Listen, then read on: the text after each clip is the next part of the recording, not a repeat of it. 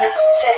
Crime world's mine, yeah, place your bets. Crystal in the zone, better step up respect. Speculate, conversate, I'm here to collect. King for the crown and I'm wearing it gold. This game's full of players but the moves are old. They talk a big game but the bars don't hit. I'm the boss in this lane, yeah, I'm running this shit. Every case I flip is a mark on my grind. Trailblazing through the stories that they left behind. I'm a force in the dark, better know my name. Crystal's crime conversations, I'm in the game. Who do they fear when the lights cut low? Who's the boss in the space when the pressure shows? Speculate, dominate, stacking my flow. It's Crystal's Crime Chronicles, ready to blow. They wanna throw shade, but I'm built for the heat. In this jungle of the bed, I'm the queen of the street. While they fumble with the facts, I'm 2 steps ahead.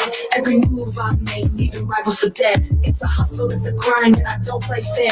Every stream, every drop, that I'm caught in my snare. They can hate, they can copy, but they'll never compete. I'm the one setting fires that they can't delete. Who do they fear when the lights cut low? Who's the boss in the space when the pressure shows? Speculate, dominate, stacking my flow. It's Crystal's Crime Chronicles, ready to blow. I'm the champ, I'm the beast, I'm the queen of this realm. Got the haters in the rear while I'm steering the helm. They whisper my name, but they don't want the smoke. When I step to the mic, yeah, the system's broke. Late nights, hard vibes, I'm building my path.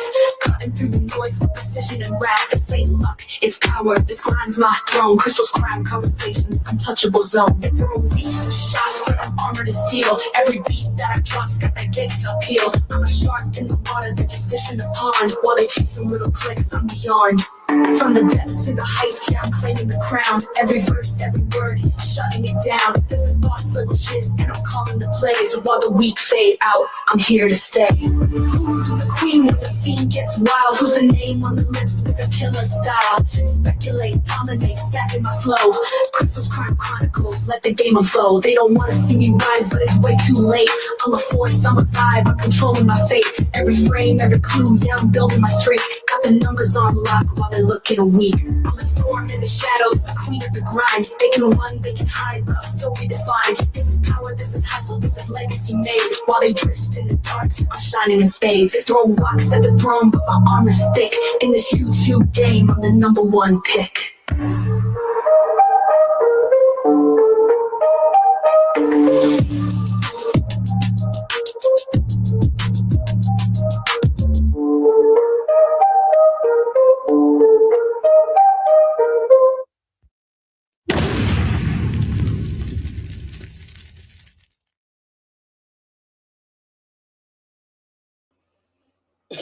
Hello. It's been a few days. Okay. So the reason I'm here today is for a few reasons. I want to start with these comments.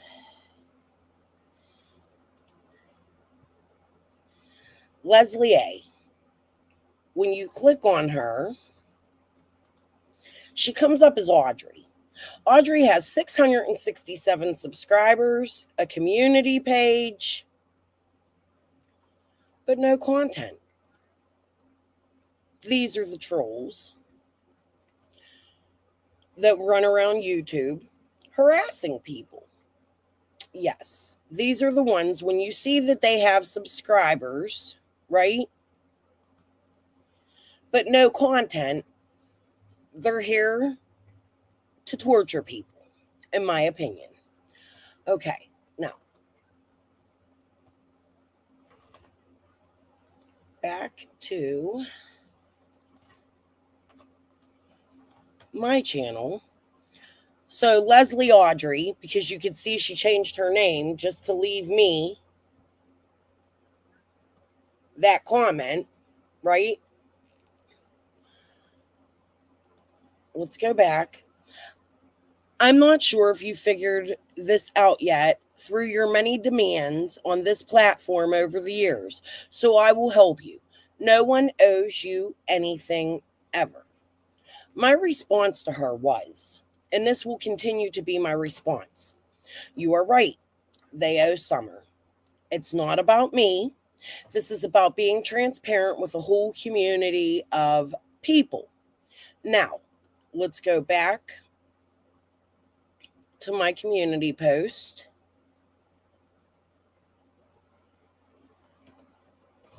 Actually, I have a video. Hold on. It isn't quite done yet. However,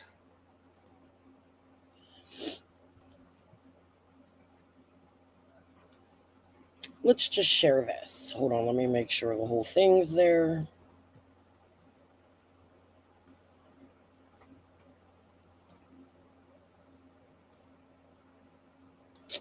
Yeah, it should be.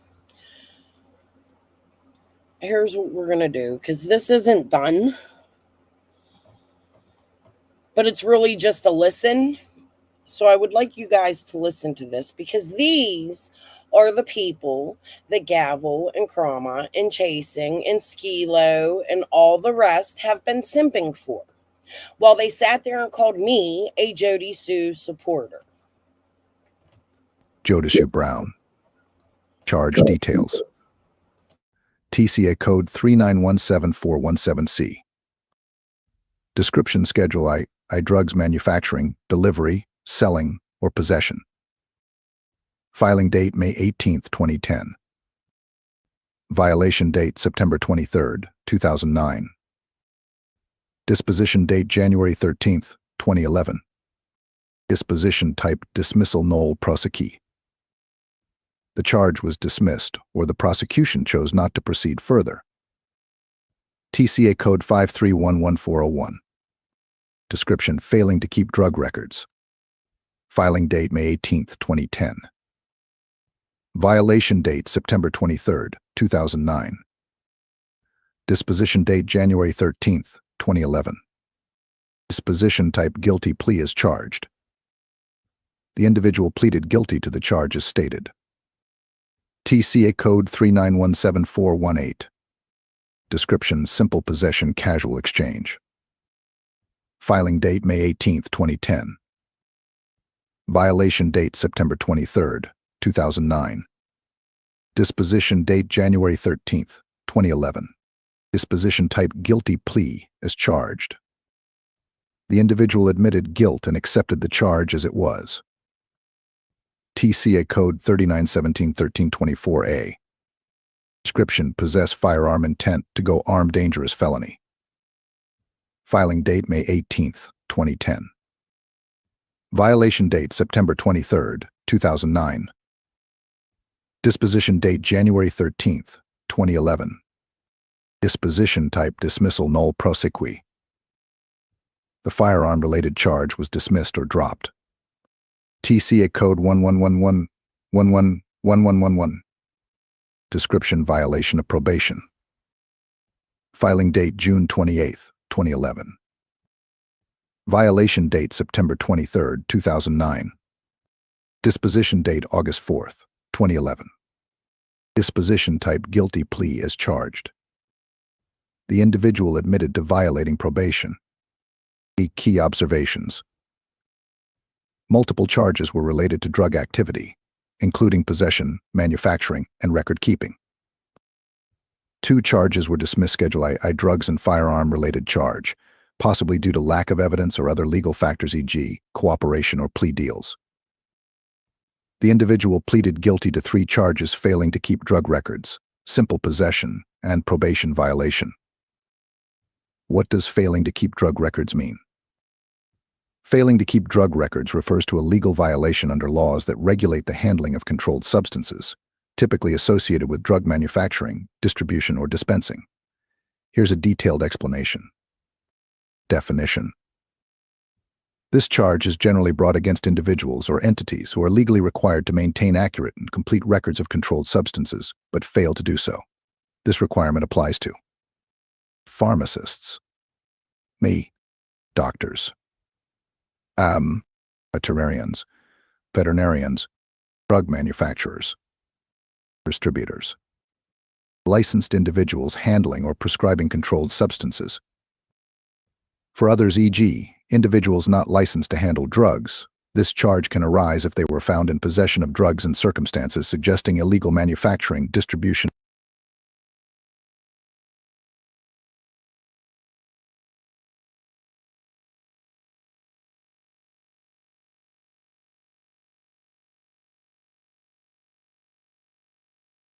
or trafficking, and no proper records were kept because they were not legally allowed to possess them. What it covers. The offense includes failure to maintain required records, logs or documentation of receiving, storing, and dispensing controlled substances. Records must detail the type, quantity, and purpose of drug transactions. Falsifying or altering records. Keeping false, incomplete, or misleading records related to controlled substances. Altering or omitting key information. Unauthorized possession. If someone is caught with controlled substances without being licensed or authorized to handle them, they cannot provide legitimate documentation or justification. Examples: a pharmacy forgets to log prescriptions or dispenses drugs without maintaining accurate sales or transaction records. A doctor prescribes controlled substances but fails to document them correctly in patient records. A non-licensed individual is caught with controlled substances but cannot show a prescription or legal purpose for possessing them. And penalties. Penalties vary by jurisdiction and circumstances but may include fines, jail time, revocation of licenses for professionals, probation, or additional charges for intent to distribute or manufacture drugs. If this charge applied to an individual without a professional license, it likely means they were caught with drugs in a situation suggesting trafficking or illegal handling, and they could not provide evidence of legitimate possession or purpose. So this is not a charge for weed. Based on the charge for failing to keep drug records and the other charges listed, it's highly unlikely this was related to marijuana weed.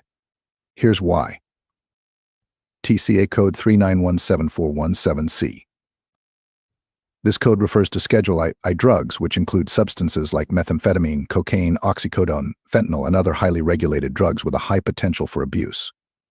Marijuana is typically classified as a Schedule VI drug in Tennessee, meaning it's less tightly regulated. The mention of manufacturing, delivering, selling, or possessing strongly implies a controlled substance other than marijuana. Failing to keep drug records. This charge typically applies to controlled substances requiring detailed documentation like prescriptions or inventory records for substances, such as opioids or other narcotics. Marijuana, especially in states with stricter regulations like Tennessee, doesn't typically fall under record-keeping offenses, unless in large quantities suggesting trafficking. Firearm intent to go armed dangerous felony. This often accompanies serious drug-related offenses involving substances like heroin, methamphetamine, or cocaine. Marijuana-related charges don't usually rise to the level of dangerous felony unless large-scale trafficking is involved. Conclusion. A. These charges suggest this case was likely about substances classified under Schedule I drugs like opioids or stimulants rather than marijuana. Weed-related charges would typically fall under simple possession if small amounts or distribution trafficking for larger amounts, but not under these specific statutes.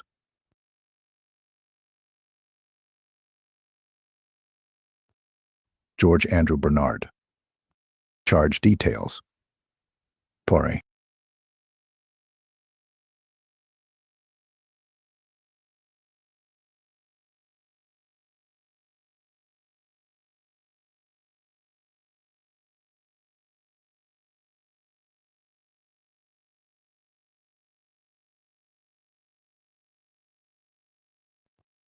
George Andrew Bernard. Charge details. Pore. TCA code 3917417C. Description: Schedule I drugs manufacturing, delivery, selling, or possession. Filing date May 18, 2010. Violation date September 23, 2009. Disposition date January 13, 2011. Disposition type: guilty plea as charged. The defendant admitted guilt and accepted the charge as filed. TCA code 3917425. Description: possession of unlawful drug paraphernalia attempt. Filing date May 18, 2010. Violation date September 23, 2009. Disposition date January 13, 2011. Disposition type: guilty plea as charged. TCA code 5311401. Description: failing to keep drug records. Filing date May 18, 2010. Violation date September 23rd, 2009. Disposition date January 13th, 2011. Disposition type guilty plea as charged. TCA code 3917418. Description simple possession casual exchange. Filing date May 18th, 2010. Violation date September 23rd, 2009. Disposition date January 13th, 2011. Disposition type guilty plea as charged. TCA code 391713224A. Description possess firearm intent to go armed dangerous felony. Filing date May 18th, 2010. Violation date September 23rd, 2009. Disposition date January 13th, 2011. Disposition type dismissal nolle prosequi. The prosecution chose not to pursue this charge. TCA code 111111111. Inscription violation of probation. Filing date March 24th, 2011 first instance. June 26th, 2012 second instance. February 7th, 2014 third instance. Violation date September 23rd, 2009. Disposition dates May 26th, 2011 first instance. November 29th, 2012 second instance. March 7th, 2014 third instance. Disposition type guilty plea as charged. The defendant admitted to violating probation. Key observations. A. The individual faced multiple charges related to controlled substances, possession, and probation violations. Most charges were resolved through guilty pleas, showing admission of responsibility. The firearm charge was dismissed, possibly due to lack of evidence or a plea agreement. Repeated probation violations suggest ongoing legal and compliance issues. Let me know if you need further clarification or additional analysis. You said, "Is this weed?"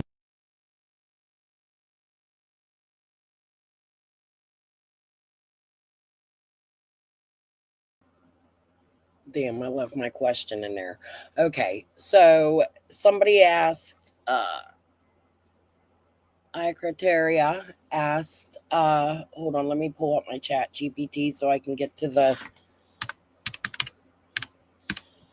codes.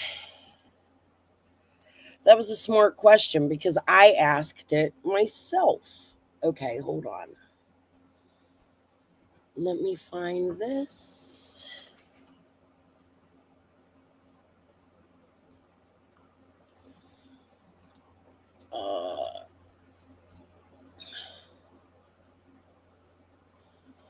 Share this tab.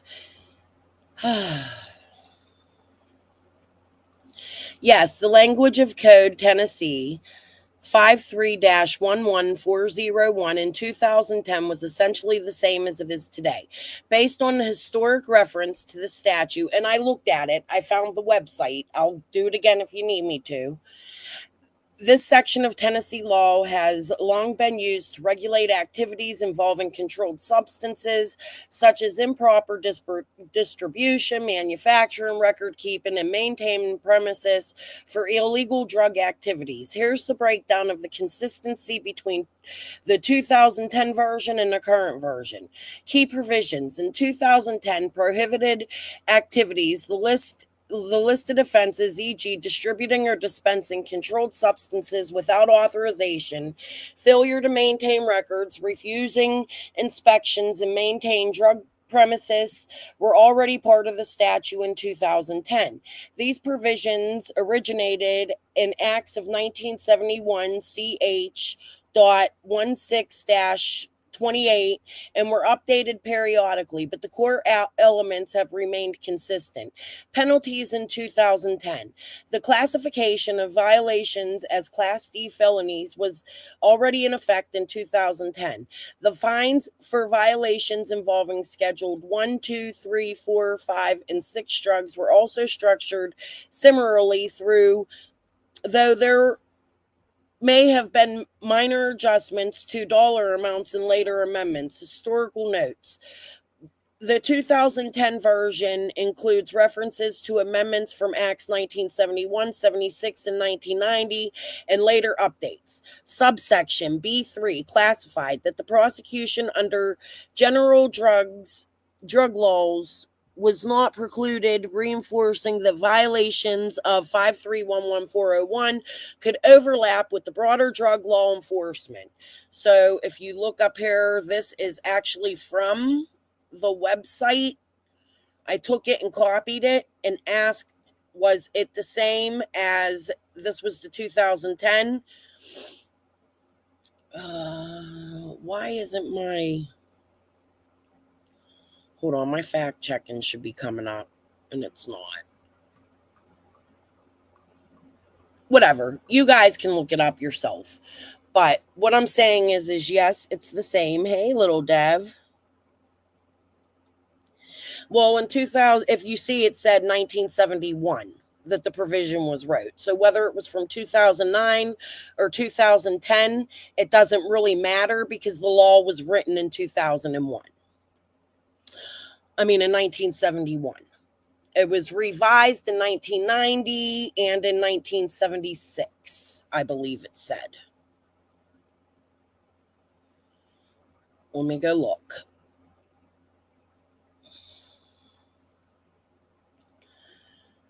Originated in Acts 1971. So in 2009, it didn't change.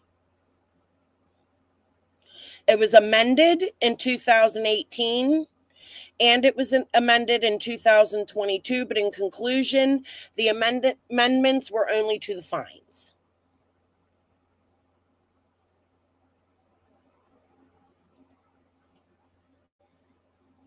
They are the same. They are exactly the same. 2010 was when it's the same. It was written in 1971. Please go look it up. Okay. Now, another thing I want to address with this is that I have these people come into my comment section. Let me turn my camera on. And stating that I have no right to demand answers from these people. However, for 2 years, I was accused of simping for Jody Sue, right? They're holding Andy on a pedestal over there. They have been going around and stating that Andy only sold a little bit of weed. Andy admitted to drug trafficking in my chat. We spoke about it. I'm going to have to find it, and I will repost it so you can see. That's a problem. When you're a creator, you need to be held to a higher standard. You have to be transparent. You claim that, I mean, how many times we just went over in my last live, I believe, or in one of them, where we see Gavel and Krama state, these are the facts, these are the facts, these are the facts. Well, truth is, what I just showed you is the facts. Okay? It wasn't marijuana. It wasn't weed. It was pills. So why are you protecting this man and trying to cleanse him and make him seem like that man did nothing wrong? There is a problem with that. And it goes to show your credibility is shit. Okay. Now that that's out of the way.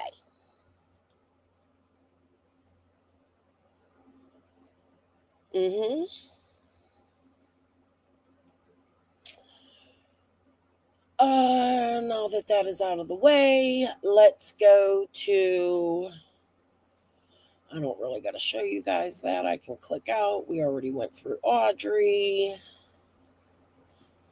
with the 10 names and 6,000 subs. Okay, so in this video, I don't know which one to watch. I would prefer to watch Ziggy's because there's no commentary. But in Jody Sue's video, Hell Nah, laughy faces. Also not new news. Somebody is just fighting backstage is my guess. Laugh out loud. Jody Sue addresses some new names that Fred brought out on a night that Ziggy was playing Hearthstone. I think the names were Jeff and Christine. I don't know. I have to look. But these people supposedly behind the Redmonds and all that land has a helicopter pad. Jody totally flipped out. I can't believe you're saying their names in this live. Hey, Rhonda. Hey, Cotton Candy. Yeah, did you see she's on a Greyhound? Let me tell you all, she's making it like she's running away. Her son was about to have a baby. So I'm assuming she went down to visit her child in another state. Don't let her fucking fool you. Okay?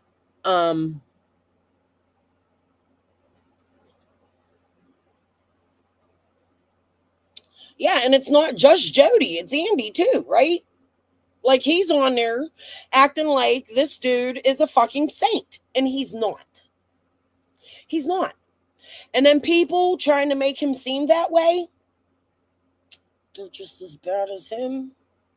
Don't you think? They can't come out here and tell you the truth?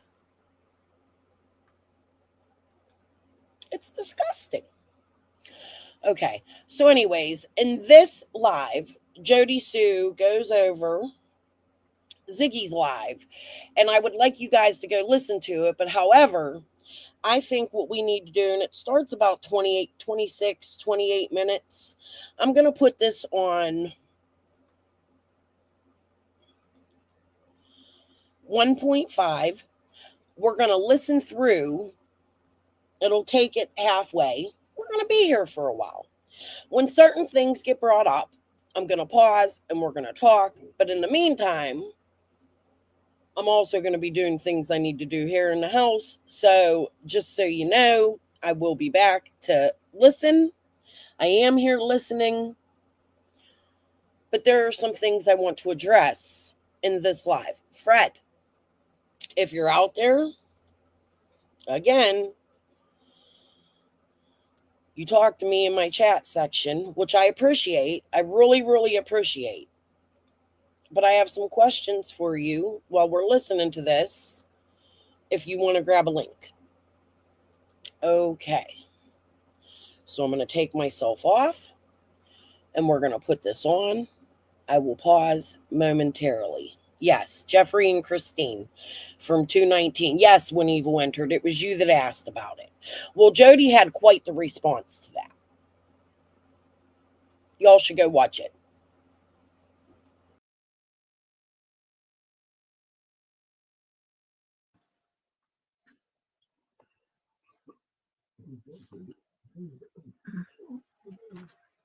Do that. Don't ask.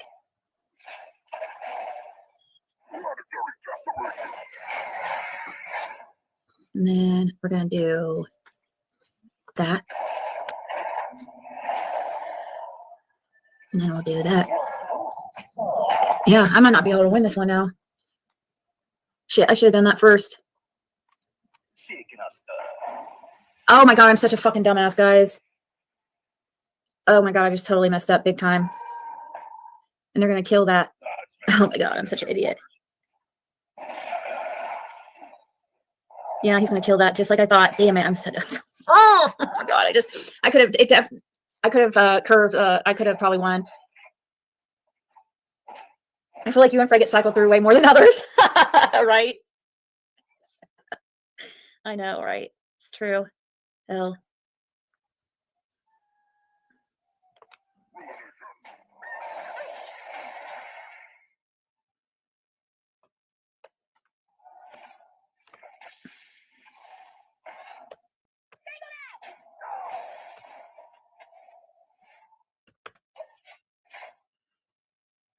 It's so much drama lately. It's so bad. I'll probably be taking some time away from this, like the true crime of it, for just a few days and maybe focusing on my other channel just to let shit calm down for a little bit. Hell no, says Fred. Hell no, we won't go. That's what they want. Fred said he'll know. That's what they want.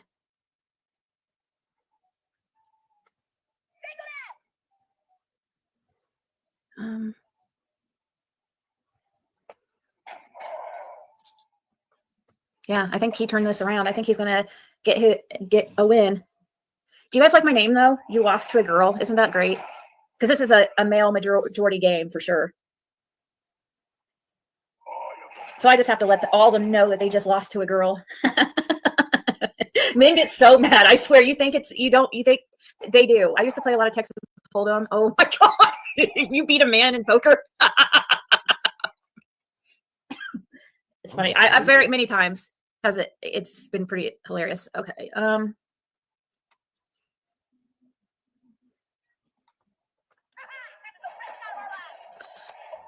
It's called Hearthstone. It's a strategy game. This is so long. I cut some of it. I think we're going to go listen to that version of it because I don't want to go all the way through. Hold on a minute, guys.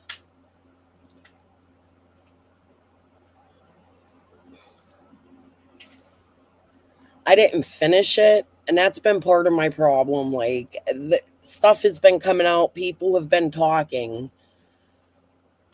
so much that I can't keep the fuck up. Okay.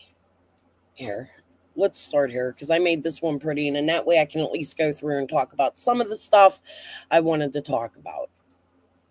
Hold on, it's taking a second to load. Well, now they're going to start talking about her, Blue Jeans, because the attention, because of the drama, people will start talking about her again. Just notice like how Michelle After Dark did a video and hadn't done one for like ever that I had note of, that I heard of. I don't know, I haven't watched, but yeah, they come out of the woodwork when there's drama. That you caused. I know, and that's what makes me mad. I saw Michelle After Dark's like thumbnail and stuff, and I just thought that was really distasteful because the dogs hit at different many places along the way down the road. It wasn't just at Fred's, and so it's really irritating that she puts in her thumbnail that the dogs just went straight down to Fred's. You know what I mean? Like straight beeline to Fred's is like that's not what happened. There's several places, and even after Fred's, right? Didn't they hit over near like? Was there something over past? Huh? Wasn't there something over at the Redmonds or something? What the dog? Yeah. I don't know. They hit over at the Richard. They could go his driveway. They hit on my mom and dad's driveway. I don't know where else they hit. They hit it up that bridge. Why every time they say they hit at the bridge do I crack up? They hit at the bridge. Hi, Karen. Oreo.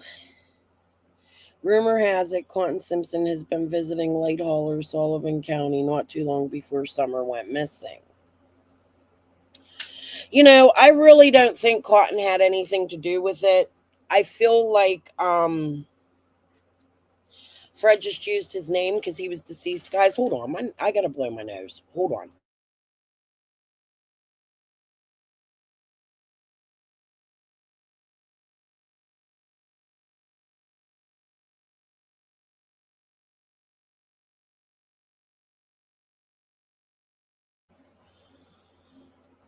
It's that time of fucking year. I don't think Cotton has anything to do with it. However, I am concerned because Kathy Gordon, that's in Ziggy's chat, is actually related to Cotton by marriage. She has a child. Where they stopped in that video, they're all family. So Fred has been in contact, and Ziggy has been in contact with Cotton's family prior to Ziggy ever bringing Cotton's name out. Yeah. Looked more like a drug bust than it did a child going missing. Explosives? I didn't see that. Fred said it's possible he could have hauled Summer off in a vehicle to the scrapyard. Yeah, but then Fred says he didn't make it to the scrapyard, which, by the way, That story has changed. Yes, he did say. Him and Laura both said they went to the scrapyard, but the scrapyard was closed. They got there and the scrapyard was closed. That was their original statements. Fred also says, in one of these lives that Jody brought up, I heard it, I didn't find it in this live, that he stopped at that motel that has since been torn down. Oh, I looked that motel up. That was a bad place. Fred, why are you stopping there? On the day Summer went missing, I have serious questions. You want people to believe that you're innocent. That's hard to do when your story changes and you add things to it consistently. Hey, Lorianne, it's okay. We haven't been on too long. 36 minutes. Okay, let's turn this back on. And then, oh yeah, plus she said new information. It's not new information. It's the same freaking shit. The dog hitting thing, when Fred said that the dog hit at the bottom of his driveway, that's the same information, Michelle. It just is. It's the same information. That's not new. It's just people, it's just getting worded. You're just wording it differently. Steve.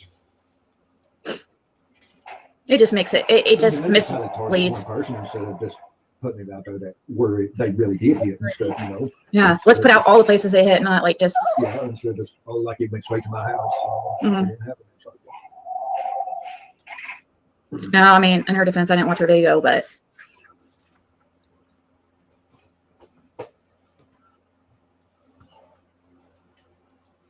I didn't mean to do that. Hold on.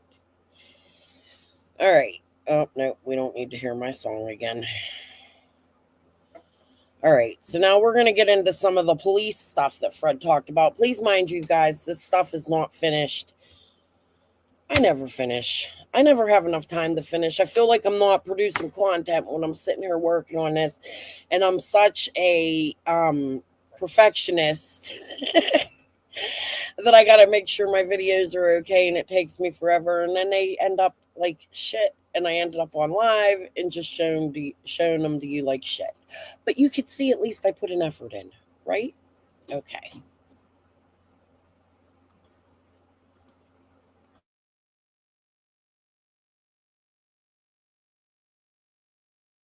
I mean, Hawkins County, they're not going to do nothing. It's out of their hands. They can't do nothing. You know? It's all up to TBI for some states.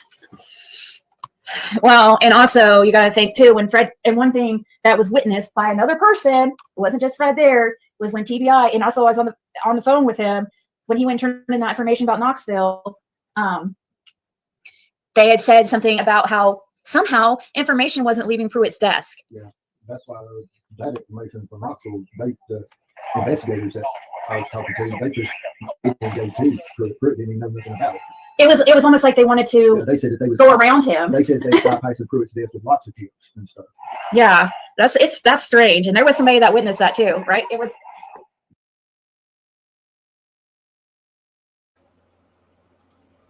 Kathy, my Ben Verified isn't paid for right now, but I can prove you wrong on that. I can 100% prove you wrong. You are not related to them, but your children are, right? You were married into it. Please don't play me. Because I'm telling you, I looked into it, Kathy. You are related to them. Thank you. You ain't. Your son is, right? Yeah, Kathy heard that, right?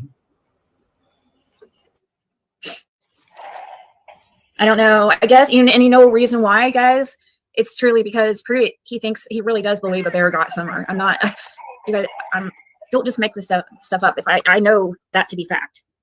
That one I know to be fact, allegedly. I know to be true, but I have to say allegedly just for my own. Dang, these socks are like seeing better days.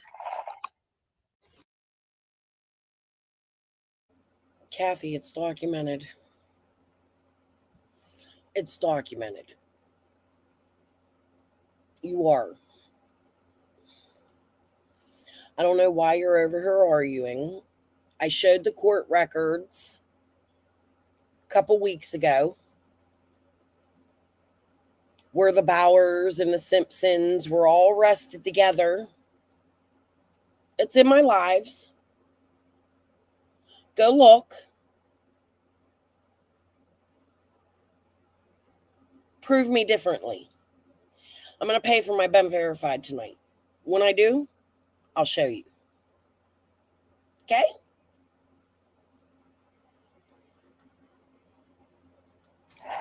Just like Hawkins County, they didn't want the TBI involved from get-go either, you know, from day one in some case. Yeah. Hey, Pin 1010. I mean, that was what was even talking about when they had me to go in the police because they wanted to keep TBI out of the case at that point. Trying to get things settled quick before the TBI Funny, you know. involved. It is a lot to shoulder, it's a lot to burden. We have a missing child that we haven't found yet. Almost 10 months and so much heartache. And investigators aren't immune from that hurt. The question of what happened to Summer Wells still has no answer. There haven't been very many cases like this. I have never worked a missing child case with all these different entities and agencies involved. The lead investigator on the case,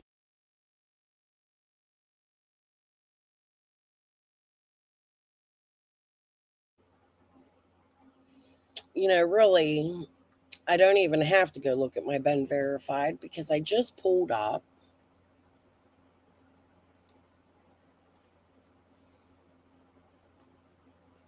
your information, Kathy. Now, I'm not going to dox you, but I'm going to show you that I have it. Kathy B. Gordon from Bean Station, age 66, Carpenter Road.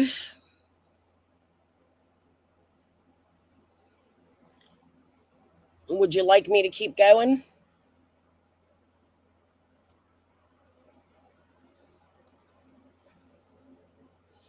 I also have the court documents where your people were involved with Ajon, George Simpson, wiretaping, kidnapping. I played it just a couple weeks ago. It's already there, Kathy. Try me.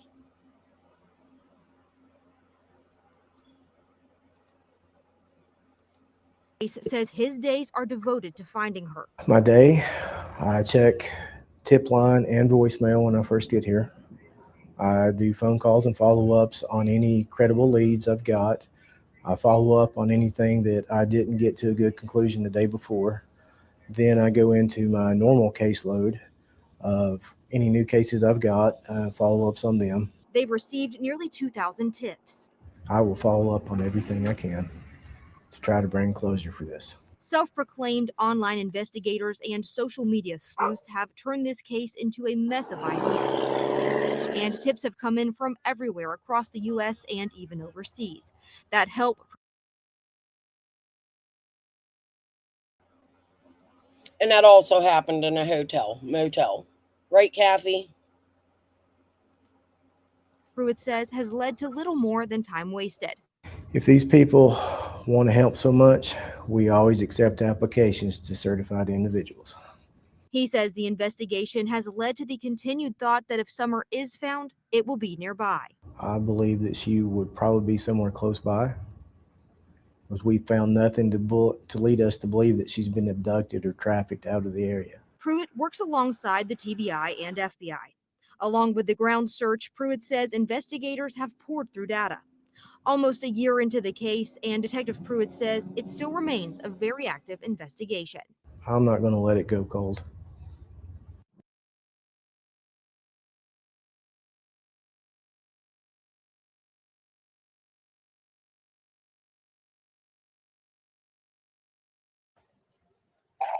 Yeah, I've never seen numbers. Maybe when 4 months. Which back at first for Summer's case, when I was going with them place to place.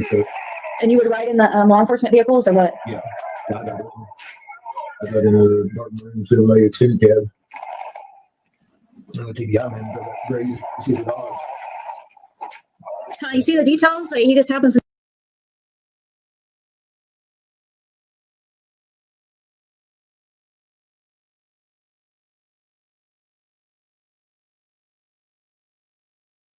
So he just happens to know what vehicle he rode in with the law enforcement, but Andy doesn't even fucking know what car he drove on 15th. Oh God. I mean, go anywhere. 4 of I you? know the officers. They're not officers, they special tactics and they have tackle. The special tactics, they're part of the card game, card team and stuff. So which ones were you riding with? What? Which ones would drive you around? Hawkins? Yeah. Hawkins County? Yeah, the special tactics unit. Oh, with the sheriff's department? Yes, yeah, they would work for Hawkins County, but they're the part of the part of the card team and the task force and special tactics. The FBI's Child Abduction Rapid Deployment Card Team is a high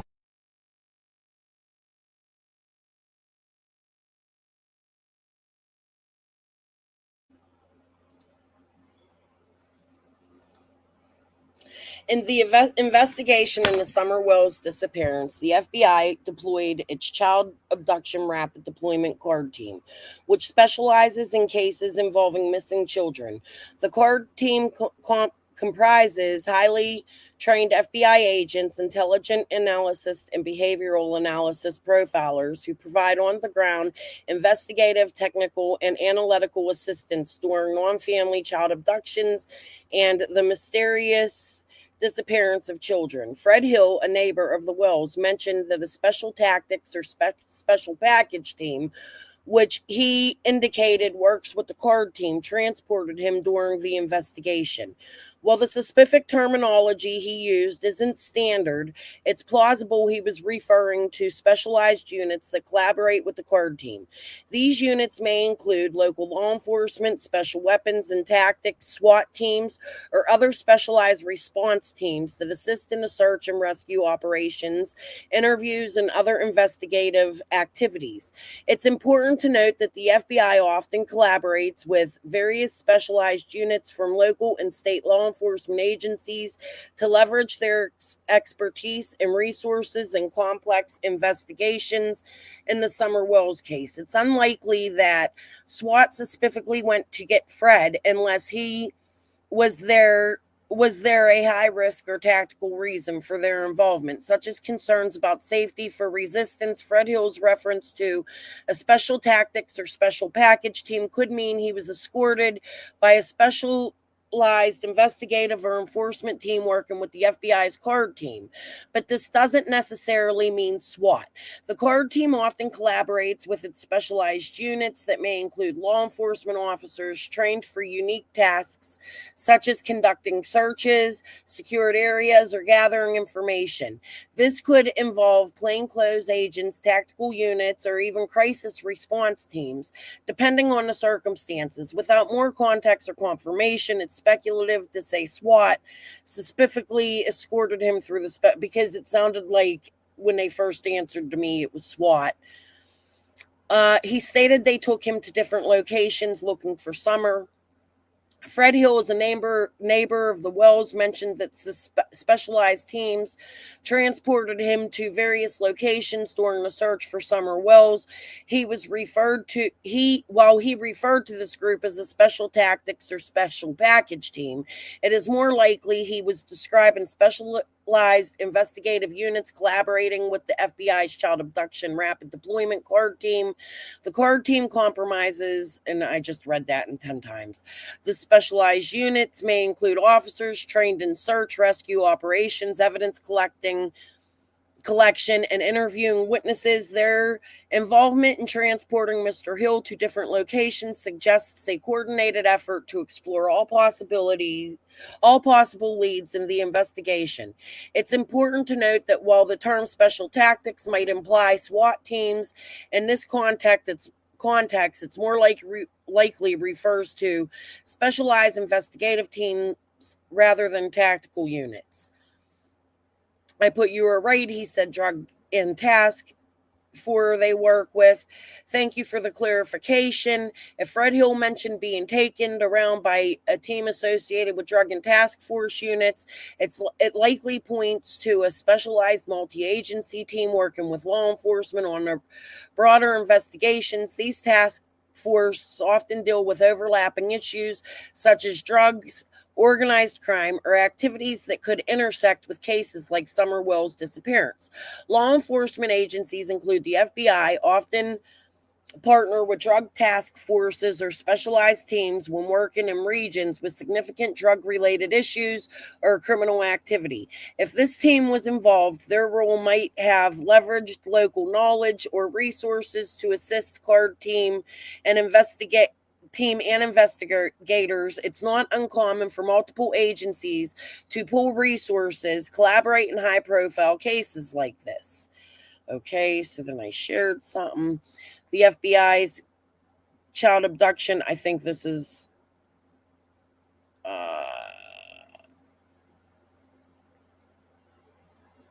what's this? Okay, something else since we're reading this, because I just threw it in here. I want to show you guys is let me go. The NOAA, the National Weather Association, usually sends out an Amber Alert when an Amber Alert goes out over their channel. The problem with this is I can't find one for Summer Wells. So that did not go out. In my opinion, I could just be missing it, but that's a problem. Okay. But anyways, back to Ziggy, because that was a whole nother thing I'm working on. And again, I'm sorry this isn't finished. Highly specialized unit brought in to assist with cases involving missing children, especially in situations like the disappearance of Summer Wells. The CARD team is composed of expert agents, intelligence analysts, and behavioral analysis professionals who are specifically trained to address the complexities of child abduction cases. Their role includes providing critical on-the-ground support, including advanced investigative techniques, behavioral profiling, and technical analysis to guide search efforts and generate actionable leads. In high-profile cases like this, their deployment demonstrates the gravity of the situation and the resources being dedicated to resolving it.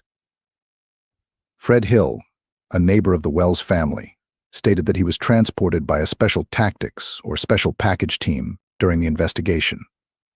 While his terminology might not align with official nomenclature, it is likely he was referring to specialized law enforcement units working in collaboration with the CARD team. These teams often consist of professionals with unique training in areas such as search and rescue, evidence collection, and interrogation techniques. They are brought in to complement the CARD team's efforts, leveraging their local expertise and operational capabilities to expand the scope of the investigation. Specialized units like SWAT, drug task forces, or other tactical teams may also assist in such cases, but not necessarily in their typical capacities. For example, if a region has ongoing drug-related activity, law enforcement might utilize drug task force members to gain local intelligence or access locations that are harder to reach without such resources. It is plausible that these teams provided logistical support for transporting Hill to various locations, ensuring the safety and efficiency of the investigative efforts, while simultaneously pursuing leads that could connect to Summer Wells' disappearance. The FBI frequently collaborates with local and state law enforcement to maximize resources and bring diverse skill sets to the table. In regions with high levels of criminal activity, these partnerships are especially valuable. Agencies like the CARD team rely on local task forces and specialized units to navigate challenging environments, whether it involves accessing rural terrain, interviewing difficult-to-reach individuals, or monitoring community dynamics that could yield new information. This collaboration not only strengthens the investigation but also ensures a comprehensive approach to identifying all potential outcomes. Fred Hill's account suggests that law enforcement teams worked intensively to explore every possible lead in the Summer Wells case. Being transported to multiple locations indicates an exhaustive search strategy that aimed to eliminate areas of interest or validate specific tips. This kind of methodical approach is critical in missing persons investigations, where time is of the essence, and every detail can potentially make a difference. Even if the leads did not produce immediate results, the presence of specialized teams underscores the thoroughness of the operation. It's essential to recognize that such efforts are not uncommon in high-stakes investigations. Law enforcement often engages various specialized units to handle specific tasks that require advanced training or regional familiarity. The integration of the CARD team with these units exemplifies the multi-agency coordination needed for a case as complex as Summer Wells' disappearance. This coordination ensures that all avenues are explored, leveraging the combined expertise of federal, state, and local resources. In conclusion, Fred Hill's description, though informal, aligns with the standard practices of law enforcement in cases like this, while his terms like special tactics or special package might not reflect official designations. They likely refer to the specialized and collaborative teams working alongside the FBI card team. These units play an integral role in expanding the reach and effectiveness of the investigation, ensuring that no stone is left unturned in the pursuit of answers in the Summer Wells case. Their involvement highlights the extensive measures being taken to find her and bring resolution to this tragic situation. You two don't really know how much that I have really worked with the law enforcement and stuff within the case, you know. But it'll come out one day. I hope so. I'm tired of this bullshit. You two don't really know how much that I have really worked with the law enforcement and stuff within the case, you know. Hawkins County takes payoffs and stuff, or a lot of drug dealers give payoffs and stuff to do what they do, a lot of them, because I've seen that firsthand, you know. Where they do what? We take payments and stuff. Yeah, it's a small certain officers and stuff are taking payments, so like certain ones who buy stuff. It's like when James was doing certain things, he would give them money and stuff. That one he would take and give Hawkins some, I don't know which officer or whatever, but he'd give them like 10,000, and then they donate like 10,000 to the rescue squad, and 10,000 to the fire department and stuff, and then they would just let them buy whatever. Yeah. Yes, but they still let them leave it. Oh, you're just saying that it was weird that they let them leave. Well, yeah, you can. I mean, I don't know. Well, I think that they was watching. I think when they was leaving, from what I gathered, though, you had to check your vehicle in and out, right? Huh? Your vehicles had to be checked coming in and out. They didn't that night until later on in the next morning. Oh man, that's the poor part. They didn't do that the first day. But what they was doing, they was following them, staying back behind a tracking where they was going and stuff. A lot of it, I think. From what I gathered. Yeah, they could. Yeah, that's what I gathered from the law. What they was doing, they was allowing them to leave, but they was still pretty much watching where they was going and whatnot. That's your understanding, or let's see here. I mean, that is like even when you did have check in and out at the end of the holler a few days after Summer went missing and stuff. The next day and a few days afterward. It depended on what cop they had out there, whether they would search your vehicle or whatnot. Some of them would, some of them wouldn't, you know. Yeah. When you pull up, some of them just make sure you go on. And then some of them would make you open your trunk or whatever, or if you had anything inside that. They didn't do that the first day, though? No. Well, you got stopped going in, didn't you? No, the road was shut down. Oh, the road was shut down. But didn't they have the dogs out there? Yeah, they had the dogs out there searching for someone. And weren't they checking vehicles, the people's vehicles coming in? Well, see, when I got there, they had search crews, vehicles parked on both sides of Ben Hill in a ditch line. And then they had the road park full going in too. Yeah, but weren't the dogs checking vehicles? They weren't searching. The dogs weren't searching vehicles. They were not searching, sniffing outside them. Well, they just had them in the road where they were trying to pick up Summer scent. Oh, from where they come off from 110 with them to the road. Mm-hmm. And they was trying to pick up the scent once they got to the road. They'd walking up down the road and the creek lines and stuff.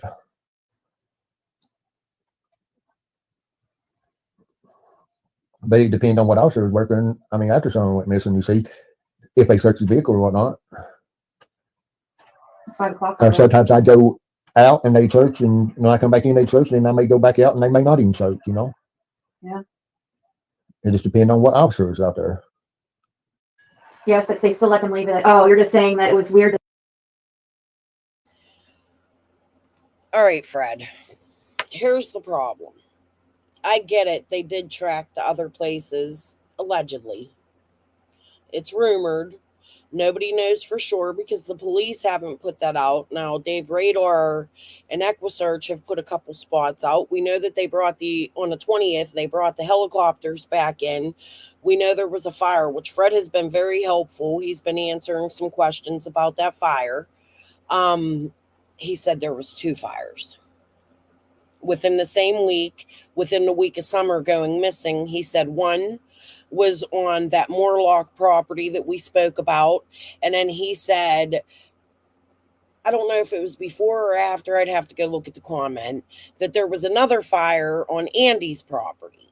Now, we know Ansley Daniels caught one of them that he stated was on Moorlock property on camera while the searchers were searching.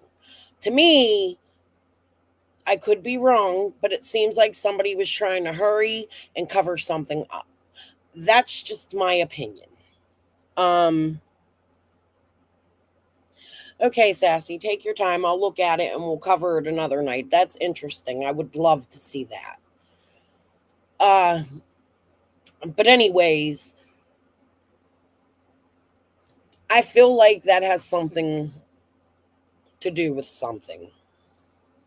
They let them leave. Mm. Well, yeah, you couldn't. I mean, I don't know. Well, how I think they that can't they really was just- watching. I think that when they was leaving, from what I gathered though, You had to check your vehicle in and out, right? huh? Your vehicles had to be checked coming in Well, and out. they didn't that night until later on in the next morning. Oh man, But see, that's the what poor part. They didn't but do what that they the was first day. but what they was doing, they was following them, staying back behind, tracking where they was going and stuff.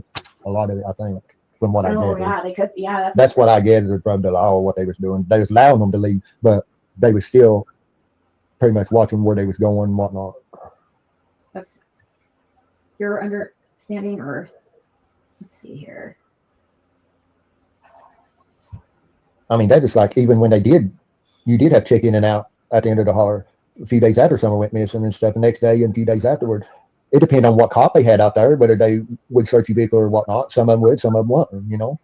When you pull up, some of them just motion for you to go on. And then some of them would make you open your trunk or whatever, or if you had anything inside that. They didn't do. Well, a lot of information that was going to Hawkins County wasn't being turned into the TBI and stuff. He wasn't going past Pruitt's desk. A Tennessee man who is accused in lawsuits of drugging and sexually assaulting dozens of women while police deliberately botched investigations into was convicted Thursday for using images of sexual abuse. Sentencing him for other charges, there will be a different trial. His lawyer is on assigned leave or on ASA.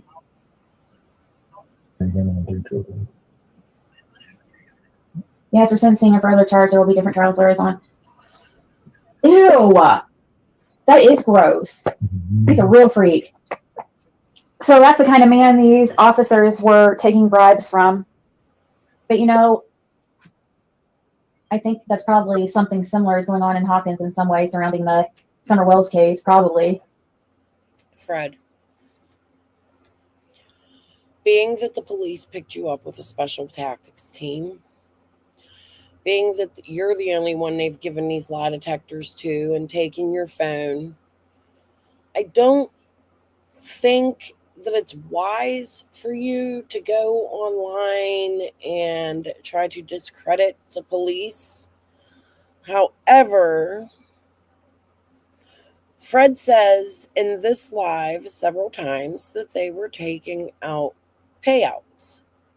My question to you is, did you tell TBI and FBI that? That's a big accusation against the police in that area, and I don't think that it's going to help you at all when it comes to Summer and Clarton and whoever else's case that they're looking at you in.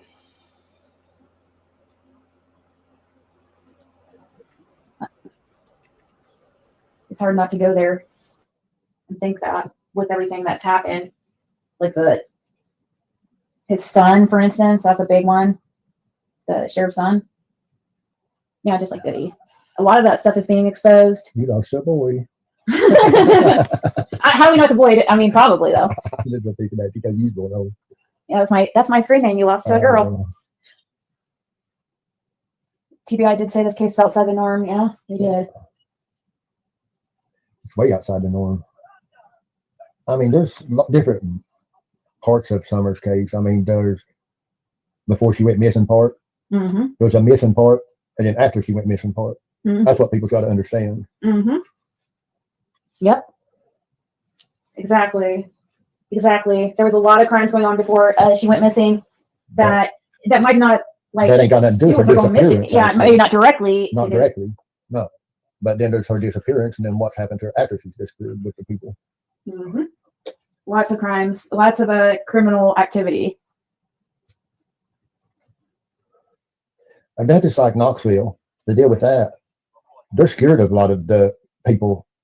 That's why when they went in the following week after that information was turned into the motels. That's why they sent the special tactics unit out of Texas and the marshals, because they was afraid to deal with the people. They called it the big training exercise that they was doing on the down low. Yeah, but I'm worried that the person, I kind of wonder who, if they're Playboy, like the original, the Playboy, like summer, Playboy that woman, Lady of the Night, was mentioning. Yeah.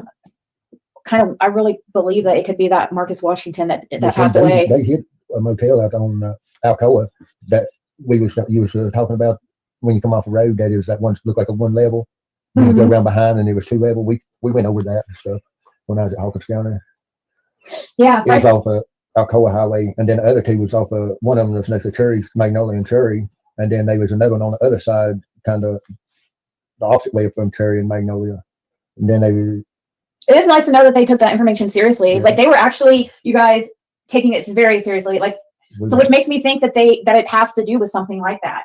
Because when he turned in that information from Knoxville, they like actually took out a map and had you point out places, him point out places of hotels. They had like 3 different computers out on the table and with different maps, and then they was printing out maps and stuff too, and printing out people. Yeah, so they took it serious. So it makes me, you've got to wonder that they might they're going to have more information than the public has. So they might have like a direction. They might already know a lot of things and just need that little bit more of information. And that's why that's what made me think, like, possibly could that information, I don't know, the way they just seem so interested in that information. Fred, have you ever heard rumors about Ellie being shady in Hawkins County? Yeah, I mean, we just talked about that. Yeah, I've seen payments and stuff. Some vendors get by with it. Come here. Can somebody tell me the whole story behind the Playboy thing? How did Ziggy bring that out? Because there's never been a Playboy mentioned or Knoxville mentioned by Ellie. As a matter of fact, Pruitt says that he hasn't left the hill. We just played that. And Ziggy, when you put gang members' names out there, you're putting yourself and Fred in danger. You do realize that. Look, even my dog agrees. You want to put him out? Yeah, if it ain't still storming. Oh, shit. That's right, it was raining. Poor dog, he's crying.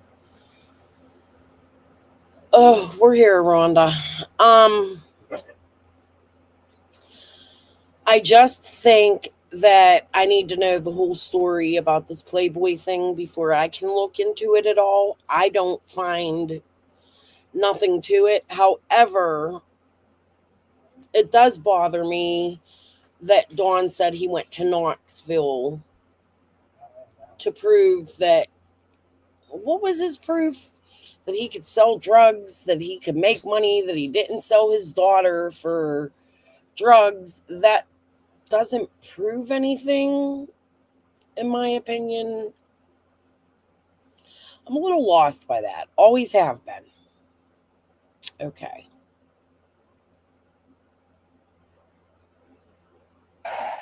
If any of them would have actually taken the time to do their diligent research and contact Fred, he would have talked to him and he would have done, been in their little stupid, probably answered questions so they could use for their little documentary or whatever.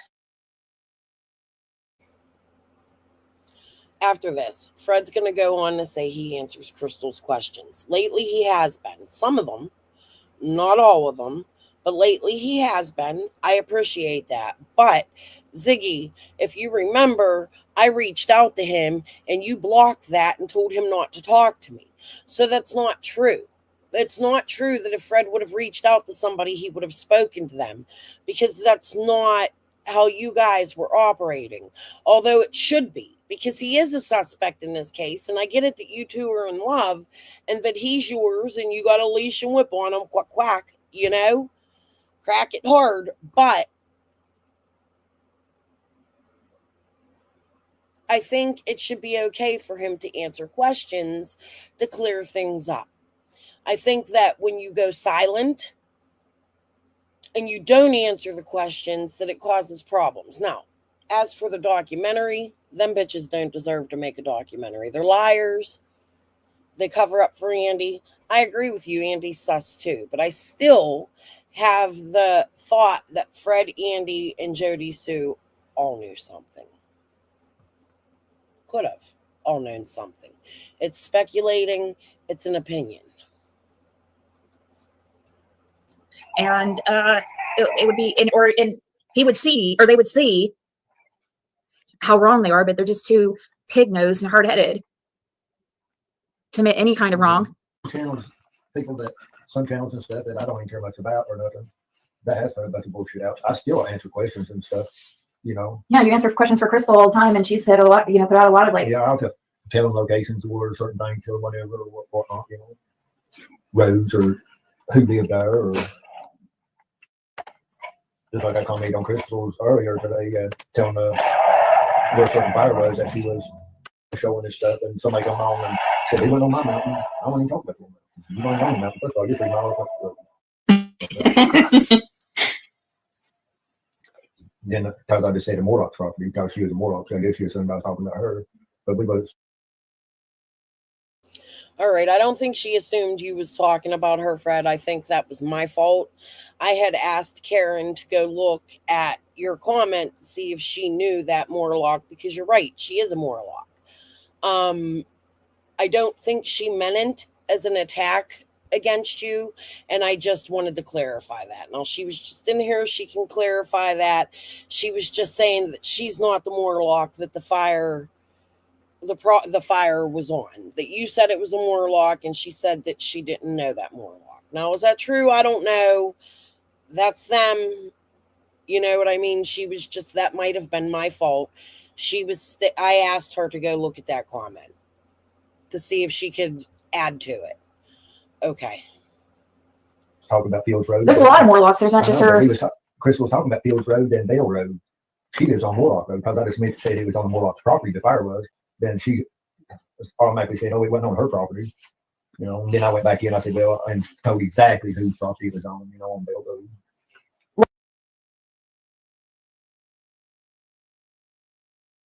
I'd love to know why people are always saying Fred keeps changing the story. I think any questions have been cleared up since he has been out. Yeah, because people just keep saying that because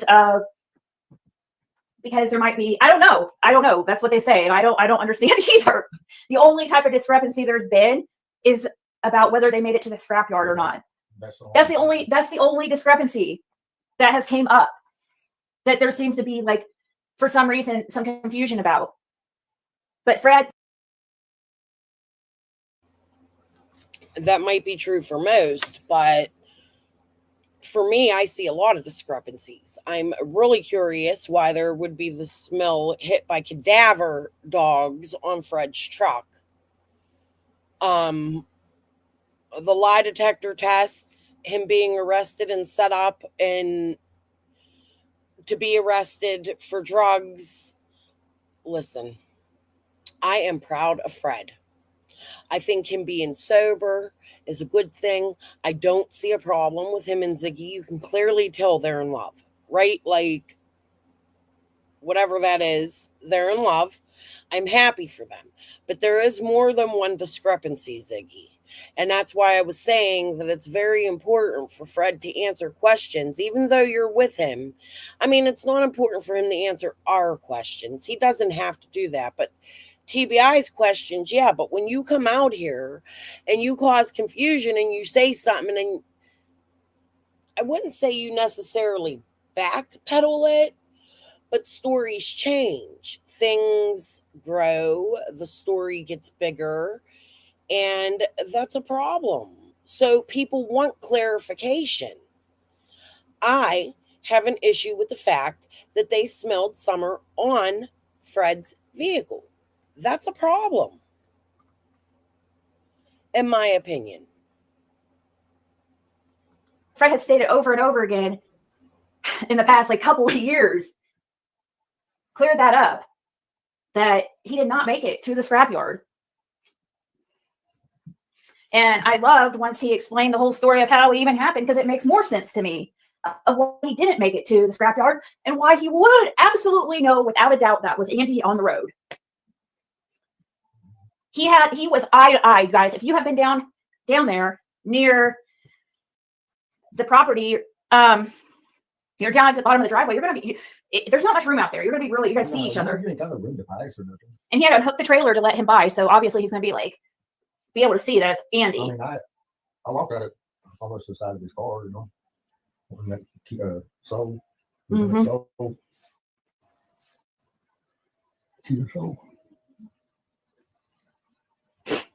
I'll watch it. I didn't see it yet.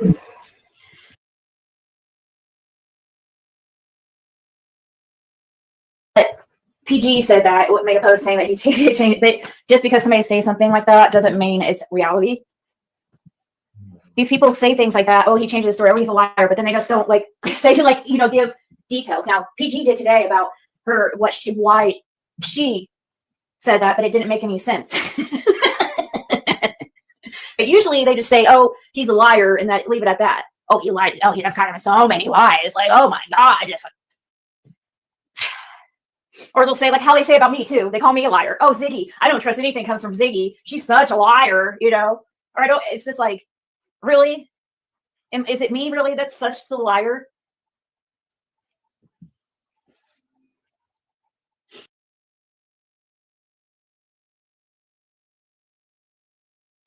Why is there some focus on you and Fred? Because somebody is trying to change the focus.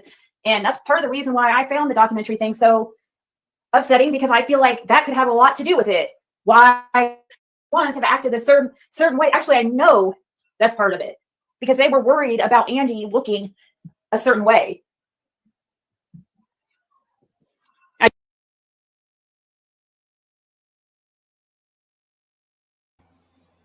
don't know what I just did. I don't think I skipped anything. I agree. Ziggy, this is where you and I agree. You keep saying we should work together. Here's my problem. At the beginning of all of this, and let me show you. Hold on.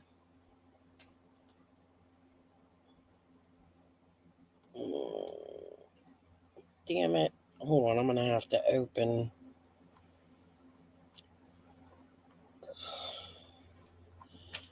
another page. Thank you, BB. At the beginning of all of this, well, not the beginning, but the beginning of my problems. Are we on projects?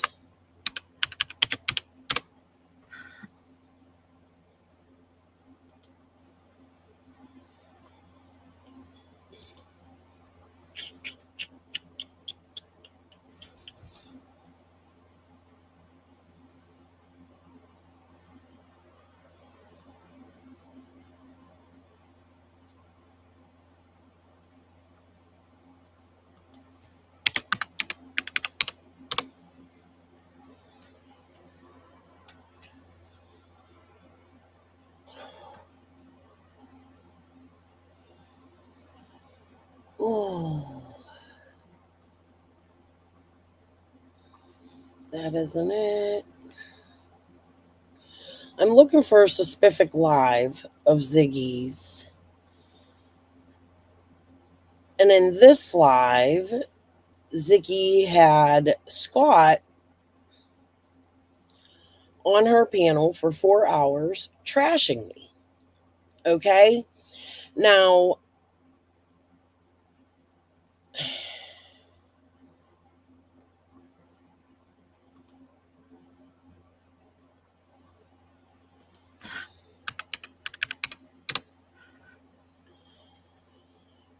oh, Lordy. She was very close with these people at the beginning of this. So the fact that her and Fred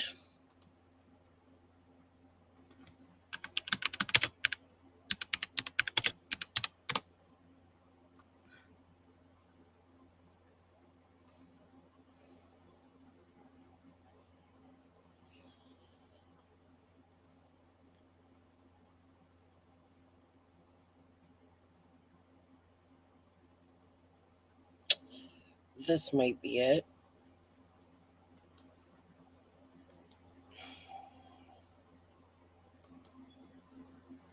Oh, I don't know, but this is a good one to watch.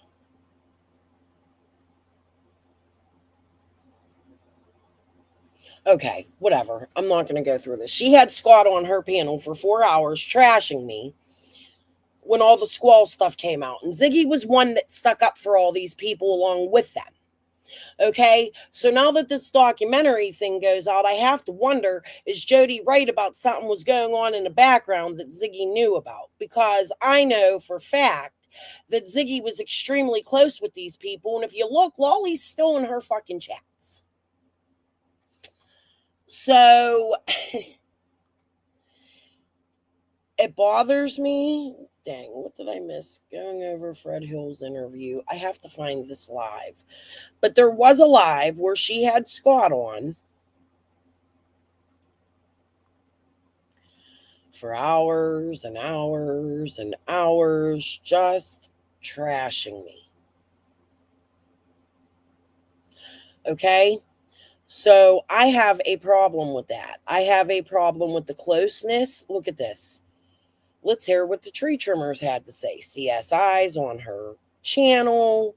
How many times has Scott been in her chats on her channel? There's no way in hell that I believe that Ziggy never worked with these people. Just saying. We'll go back to where we were. I do know that.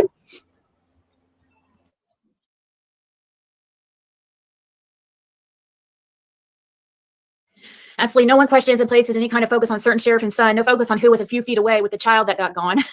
I really wish the neighbors that also have SD cards with Andy would show them. I know. We shouldn't have even, I don't know. Shouldn't have even mentioned that. I don't know. Sometimes like all this stuff just makes me feel, wish I kind of didn't share certain information. You know what I mean? Because every time we do, it gets turned. I know, but it's just like, every time, like I think I'm doing something good. Huh? I would have my SD cards if somebody hadn't went in and robbed everything, stole everything I had. Pilfered through the whole place. If you guys saw like what kind of a neat freak Fred was, it would shock you. After seeing 207's property, like that's not that's not how he keeps like his home. Like inside, the freaking 207 there was squatters in there. I mean, I've been in jail a long time when they took in. Well, not a long time before they took in. Certain ones went in and done what they done, but long enough. When they went up there and people videotaped and stuff and played on YouTube, they done filtered through everything, tore everything all to pieces at that time, and hauled everything out and just took anything of value. Yeah, trashed the place inside. I mean, outside.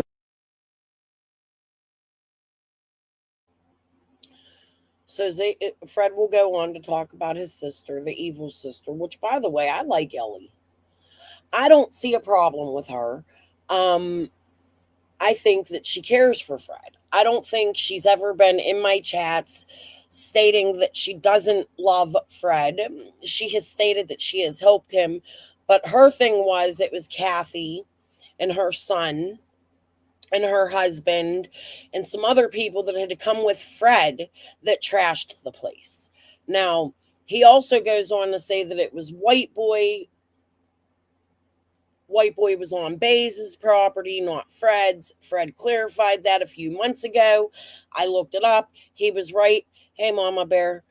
Sorry to anybody I haven't said hello to. Bella, Marion, Sassy. I'm like an hour and 24 minutes in saying hello. Hello, everybody. Okay, but he stated that White Boy went to Baze. I looked it up. He was right. It was Baze property that White Boy had gone to.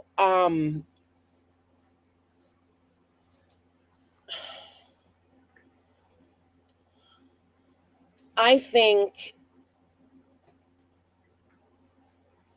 Fred and his sister don't get along for many reasons.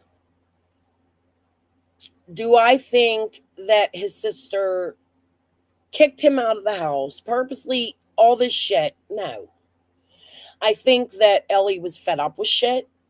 I think that both of their parents had passed away and they were grieving since Summer's disappearance. But she also agreed with Fred that somebody went in and robbed the place and trashed it and was squatting in there. Fred will accuse her, but Ellie wouldn't have said that if it was her that did it, in my opinion. Because she came out and said it too, right? Like, and she said it before Fred said it. Now, the thing that bothers me in here is that Fred then goes on to say, we hear a repeated story like Jody Sue, the SD cards were stolen. Let's give a listen. Even outside words. You know? Yeah, it was a mess outside though. Always, I know, you it was can't a deny mess. that. It was a bigger mess after they took them down my table. Yeah. The only thing they were doing is looking for money and drugs, being honest about it. Mm-hmm. Pretending to look for something, but they, Yeah, a lot of these people like to play pretend, I've noticed. Like that must have been their favorite. Like they must have never grew out of that in childhood.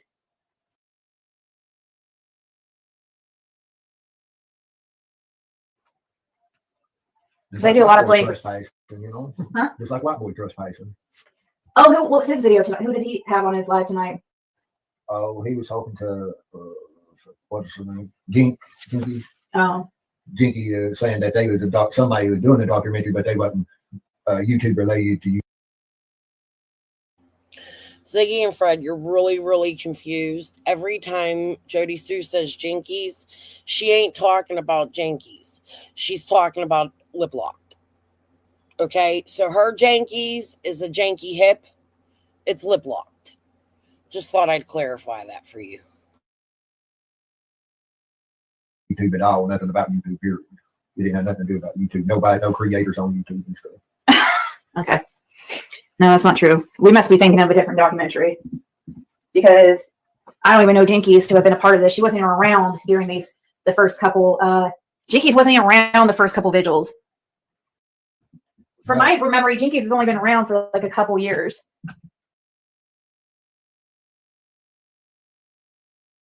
Like I said, she's talking about lip lock. Middle sister, His sister, the evil one. The one that's always in 6Ups chat and stuff as Ellie is my sister.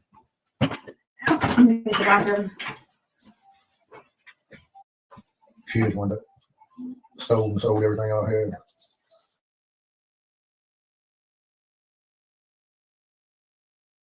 It was probably Andy that robbed Fred.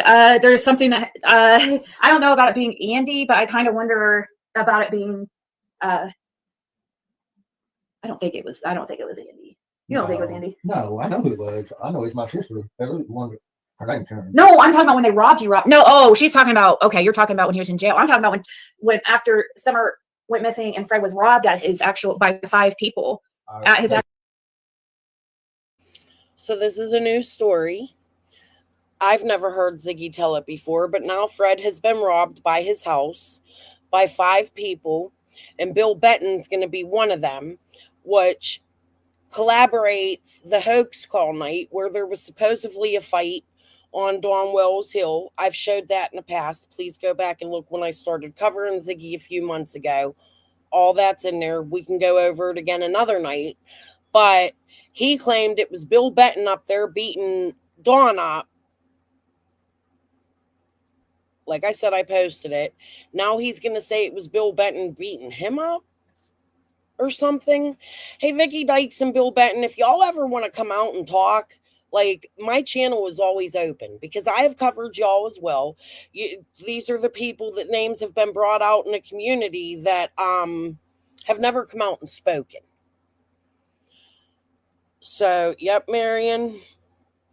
So I feel like this story right here, Fred, needs some more clarification because you've told this story before, but it was different.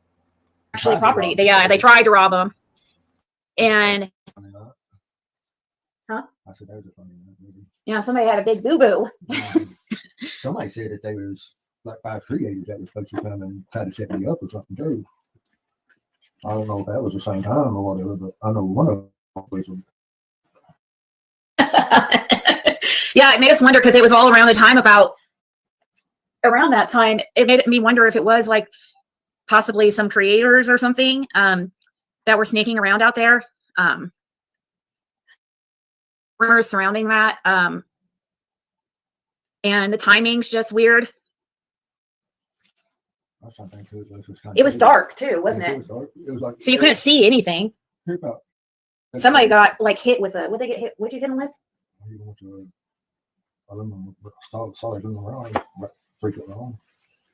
And then everybody took off. You could hear people taking off. Yeah, they pulled the gunshot off as they were falling. Oh wow! So they had a gun. The one I hit had a gun in his hand. That's crazy, dude. And now there was gunshots. Now they were shooting at each other. After Summer goes missing, this would have been, I believe, in November. When was that? When was the hoax call? October. After Summer had gone missing. Now there's gunshots. This is all the night of the hoax call. I just want to let you all know that. I have the proof posted. Told you go look at it. Crazy. When they told Wild Bill took off. Yeah, that was when. So that incident happened at the same time. Bill Benton had come by and tried to purchase dope off Fred. Mm-hmm. I don't know if they call it dope, but off Fred. And this happened while Bill Benton was there. So it seemed Fred kind of also thought maybe Bill Benton could have had something to do with it. I thought he might have. And that's who they call Wild Bill. And he's also the one that they believe was rumored to be. But even after I told you that was Wild Bill, a million times for 2 fucking years, I've been telling you that, you still went on to say it was Bill Shipley and then brought his wife out and everything else. Ziggy, that's a problem. Now you want to go backpedal and say, oh, Crystal's right. It was Bill Benton. Which, by the way, that dude would never fuck Grandis. Like, I looked at him. He's not a Grandis type. Vicky's very pretty.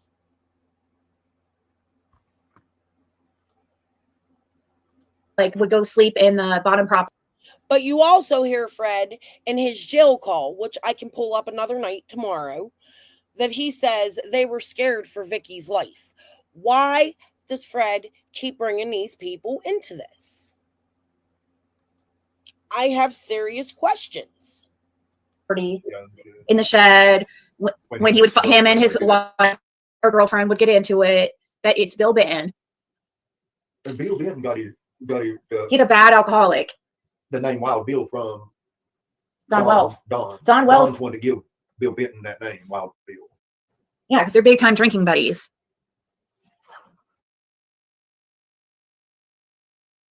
I agree, they were buddies. They were friends. See, you guys, if we can sit here and just talk, like all of us in the community like this, about and different people from the community and stuff that if we should be working together, like it would have been had they all worked together with Fred, Andy, Jody Sue.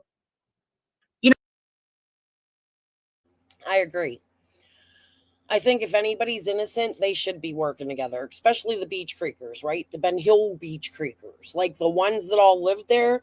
However, my husband and I were laughing the other day, right? Because it's like they're pointing fingers at each other's, their cousins, their family, and it's like they're trying to set each other up. In my opinion, I think they're all involved. That's just an opinion. That's just speculating. But it's because of the shit like this. Like, you're just out there throwing out names to people in your neighborhood. I don't know. I mean, if they would have worked together, it would have been solved for sure. But see, they can't because there's a reason.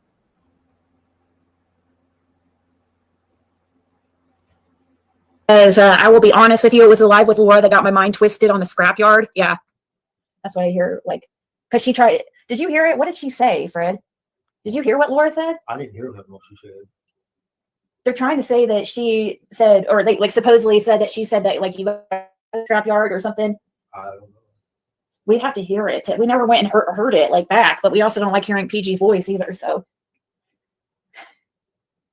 but we didn't go to the scrapyard. But Laura, also, I've never relied on her information. Huh? Another thing, PG promised Laura a certain amount of money and stuff for, I don't know, it's just ain't rather not talk about it. But I'll let Laura put that out. Laura's supposed to put it out about what. PG promised her. Huh?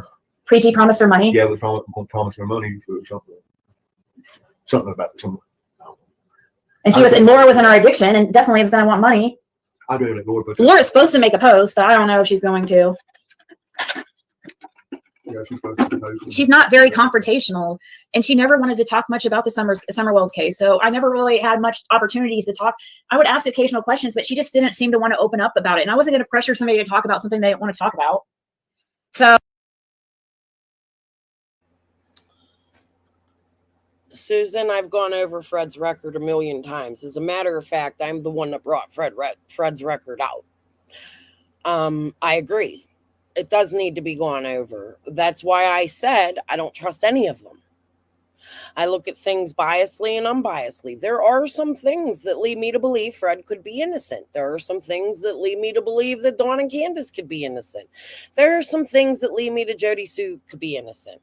However, the one person I always circle back to and has the most lies, in my opinion, around them is Andy Bernard. The fact that people want to cleanse for him and state that he only sold weed. They don't put out what his real charges were. When you hear things like Jody, you see the gun charges, right? A felon having gun charges, and they were both on probation because they violated probation. So they were already in trouble before that bust, the two of them. However, the thing that bothers me the most is the fact that Jody says things like he could mass pew a mall, or he has beat me, or simping. There was a big bag of drugs that I found. The fact that Andy covers up his lies, continues to lie, and has people covering up for him bothers me. And then when you look into his wife's name, not her husband before Andy's name, but the names before that, it's a very big possibility that they connect the 423 chase. Not just that, but those are the names that connect to somebody who was trying to sue me, that Jody had me looking up license plate numbers to. It's my opinion, they all knew that woman prior to her and Andy getting married.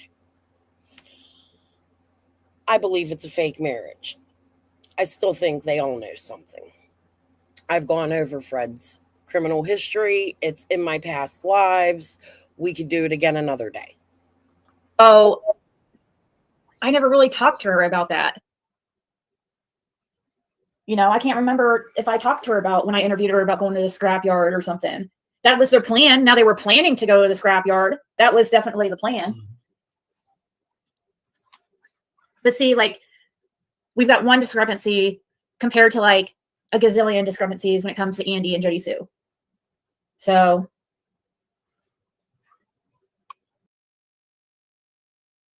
If I remember correctly, Ziggy, the thing was they had a really hard time hooking up the car to the trailer, that it was a pain in the ass. Laura complained about it. They got to the scrapyard and the scrapyard was closed. They stopped at Jamie's house on the way back from the scrapyard. Remember Jamie Cox, I believe is the name that Ellie gave me. And he was pulling, he found the motorcycle. He put the motorcycle on the trailer, had to pull it in. Like I said, it doesn't add up. The story changes. I'm curious as to why. Now he stopped at the West Side Motel. And Fred's still adamant. Like, I don't know. We can't pinpoint exactly where that got like twisted around, if it was me or if it was that got that twisted, or if it was Laura or what. So Fred did not haul scrap vehicles to the scrapyard that day. No. He hooked up the trailer to do so. Now, I had moved several vehicles around and stuff from top of 207 down to the longer road and stuff. That's why I bought in vehicles when they YouTubers and stuff come in and stuff and done in videos of vehicles that sit along the road and stuff. That was the vehicles I was getting ready to haul and stuff. See, I moved them from top to heel up there, so Oh, I could load them down there. oh, see, that's probably how it got mixed up or something. He's hauling inside the hog, or like down from the two, back between the two You properties. can't load them up on that hill. You have to take them all the way off to the bottom and then load them down there in the road pretty much. So he was preparing the vehicles and stuff to go to the scrapyard, and then he like hooked up the trailer, and he was about to load the vehicle, and then here comes Andy. So I thought she said they stopped at someone's house on the way back from the scrapyard that day. Yeah, that's true. Well, back from the scrapyard. Oh, did they stop? She said that they stopped at somebody's house from back. That's what Laura said. Blue Jean says that she thought she remembered Laura said that you guys stopped at somebody's house back from the scrapyard. So she must have said scrapyard instead of like. We just saw that motorcycle going. Oh yeah, that motor. Jamie's. Laura said y'all stopped at Jamie's. Now you're saying the motel. So was Jamie's at the motel? Where's Summer? The motorcycle, that person that was broke down, but that was like, that would have been like about around what time? 4:30 when you went out of the holler. I went back to the holler about 4:30 and got the trailer, hooked the trailer back up and took them out there and loaded that bike before you get to Mountain View out there. And then we left from there and went to. So see, there was a bike that was hauled. So I'm wondering if there was confusion because you guys go to the scrapyard all the time, right? Mm-hmm. So like, it kind of makes me wonder if she's confused because that's like a normal thing that they do is go to the scrapyard, and they were moving around vehicles and stuff that day. And I can't comment on Laura's memory. Like, I don't know how good it is. Like, I mean, as far as, well, you should know, like, you've been with her, you should know how good her memory is. Like, is she good at memorizing? Well, she was probably going to be high or using around that time. Why? When she's using, she doesn't remember well?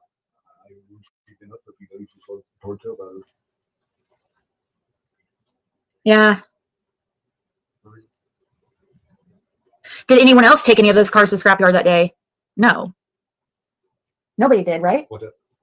Did anyone else take any of those cars to the scrapyard that day? Why do you have your ear buzzing? You don't need to have them in. No. So redacted, that vehicle, the Escort that he was getting ready to tow out that day, he didn't get hauled out until a couple weeks later because everything closed down. So he thinks it was even later than that or longer than that. Just like people saying that me and Don talked about hauling a vehicle from his place on that day. No, I never even talked to Don on that day or nothing. I hadn't talked to Don in several days before Summer went missing. I'm talking about like a month or something. And the black truck that I took and got from Don, that was almost a year before Summer went missing. Yeah, and it was like a shell of the truck. Yeah. It was like nothing. Yeah. I thought the truck was blue. Now why is it black? Now he got a black truck from Dawn, but 4 months ago it was blue. Just had a motor and transmission, no front end or nothing on it. And just a cab, no doors, no interior, no nothing, no bed, no running gears under it. Just motor, transmission, frame, and part of the cab. You know what? That sounds familiar, Blue Jeans and Pearls.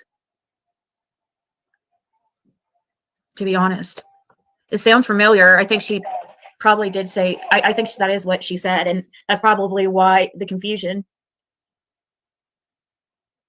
Because see, that's a normal thing for them to go to the scrapyard, and they did I don't know if you'd call it tow. Yeah, it's towing the motorcycle. Yeah, tow trailer. So Hot front order is what I had. We had no motorcycle like that, dude.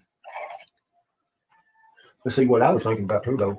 From the time I seen Andy, and then when I took and left out the car, who I seen, from to when I talked to that boy on the motorcycle, from to I come back to the car and got the trailer, who I seen, and all that. I never seen Candace or nobody looking for nobody at that time. Why didn't it give me They didn't give me one of those freaking things. But PG wants to say, like, she's talking to Laura all the time. PG's only talked to Laura 1 hour one time and text a few times, back and forth. You didn't see Candace looking for Summer or nothing like that. However, you seen Chad, who said Candace was looking for Summer.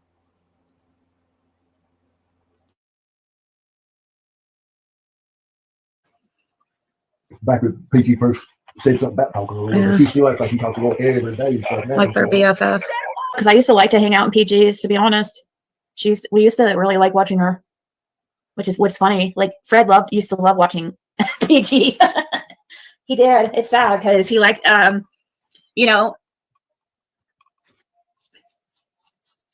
Because she, I mean, she can be funny, but it's not funny when you're mean and lying, completely lying on somebody. I was looking at white boys earlier. She was in his chat going at him. Why? PG was, I don't know, they back forward. You know how it is. I don't know if I something back and forth with white boy. They got more discussing each other and stuff.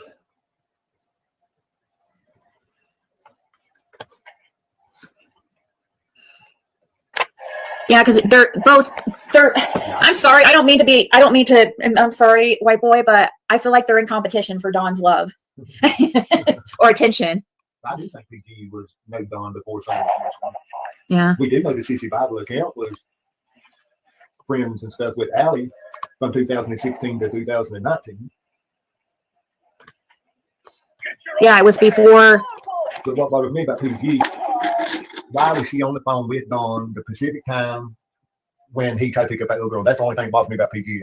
She should talk about that, like what happened. If she, I mean, that's what she should talk about is like what happened during that. She on the phone with Dawn and Dawn trying to pick up that little girl and they both on the phone together at that Pacific time. PG's taking a break from drama too. Well, good, because that gives me a break. My opinion, I think she knows Dawn way before that someone was mentioned. Yeah, she was way too emotionally invested to be just a random. You know what I mean? I mean, I don't know. There is a lot of people that got very emotionally invested very quickly. It's easy to do when it's.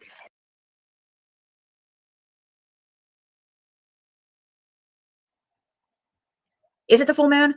I think so. But because I do feel wide awake, but the reason why we usually, yeah, because he has to call in like to see if he has a drug screen, and he can't sleep unless he calls. And he has till 2 p.m., but he wants to do it as soon as it opens, as soon as it turns 5 a.m. and he's allowed to, and it just relieves his anxiety. And it's never worried about doing it. It's it's always worried about missing one. Yeah, that's the anxiety. It's like missing it. I think I'm worried about failing whatever.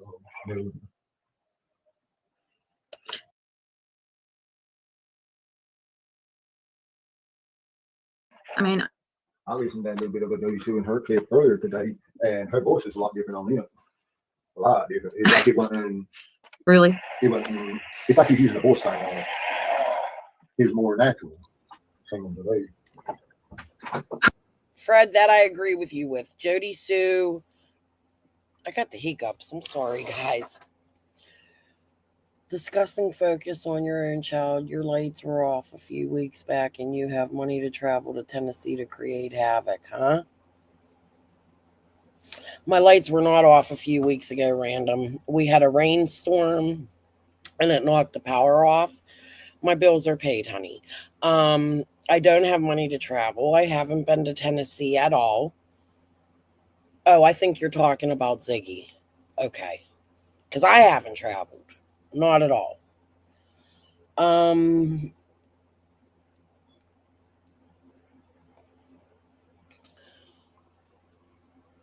Okay. I forget what I was going to say. I think I read that wrong. I'm sorry. Huh. Yeah, it was a lot different. A lot different. Because he would talk a little bit, then he would change up into like. Yeah. I mean, I listened to a little bit of a W2 in her clip earlier today, and her voice is a lot different on him. A lot different. It's like it wasn't. That's what I was going to say. I agree with you, Fred.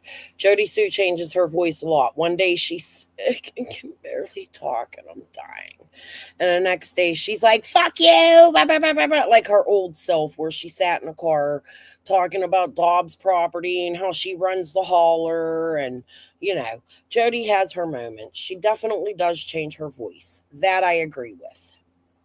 It depends what narrative she's trying to push, in my opinion. Really? It's like he's using a voice thing on it. It's more natural.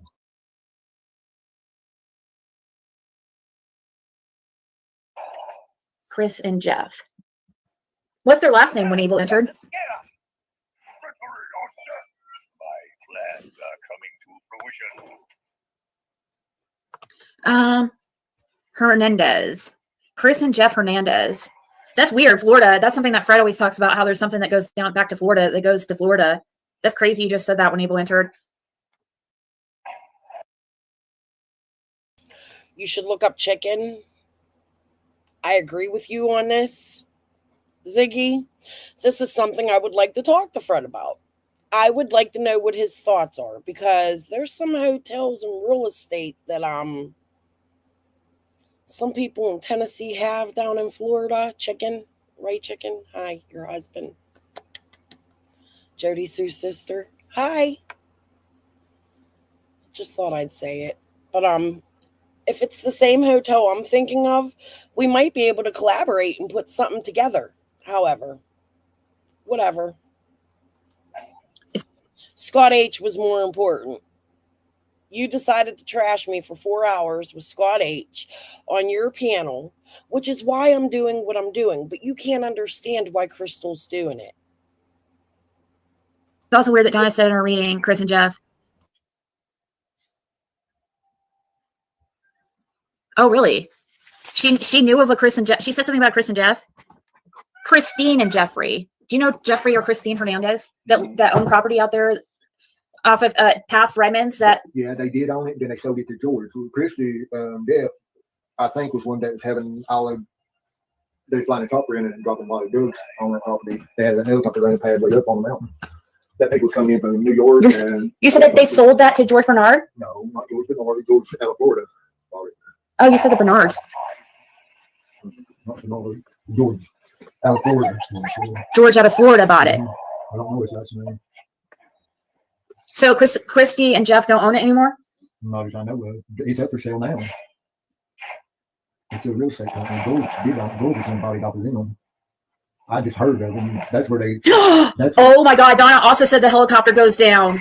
That's crazy. Are you serious? Fred just said that about a helicopter. What did you just say about a helicopter? About them in a helicopter? They had a place where they would drop drugs and stuff up on the mountain on that piece of property. Had a place kind of cleared out.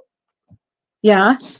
That was back. They would drop drugs with a helicopter? They transport drugs with a helicopter and stuff, and people come out of New York and places to pick up. Jody had a fucking canary. In that live, I started out, we're not going to watch it because it's just listening to this over again, or one of them. But in that live that Jody did, Jody had a canary when Fred said this, about this. So that bothers me. There is a hotel, a couple hotels, and some real estate in Florida connected to people who connected themselves to this case. People that claim they don't know Summer. Is that true? Was there a helipad up there? I want to know. Fred, I would also like to know, he said somebody else bought that land. So that means that this Christine and Jeff have nothing to do with this land right now. Bernard owns it, he just said. I have questions. Fred, elaborate on this. Fred will say that these people had him arrested for squatting on this land. Evil entered, has a lot of information on it. Evil, if you ever want to chit chat about it, I'm curious because I didn't know about this.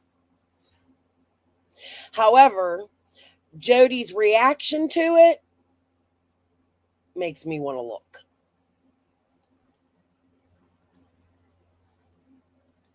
When was that happening? That was, that's been 20 years ago now. Huh. Yes, absolutely. It's so weird that things are fitting in. Mm-hmm. But see, Christy and Jeff, I kind of knew of them. I didn't know them. Mm-hmm. Because I took them and give $300 to pay on land taxes to let me set a camper up on that piece of property for a little bit. Mm-hmm. And that's where they tried to get me for squatting and stuff. He didn't tell her, and somebody contacted her and told her that I had a camper on the property and stuff. And that's when the law came out there and stuff. Wow. That's when Little Man was his first born. Wow. No, it's Courtney that was born. Do Christy and Jeff have kids? Because remember, Dawn's one scenario was somebody really rich that always wanted a kid had Summer. Do they have kids, Christy and Jeff? here's another thing. I've been looking, I have to find the screenshot, but in the original screenshots that Jody put out between her and Andy from June 15th, at the top of one of them, Jody forgot to mark out something. And on there, it says, did you go up on the hill to switch the car? So everything Chicken on a Stick said is true. There's proof of it. And when I find that screenshot, I promise you I'll put it out so that you can see it, because there's the proof of it.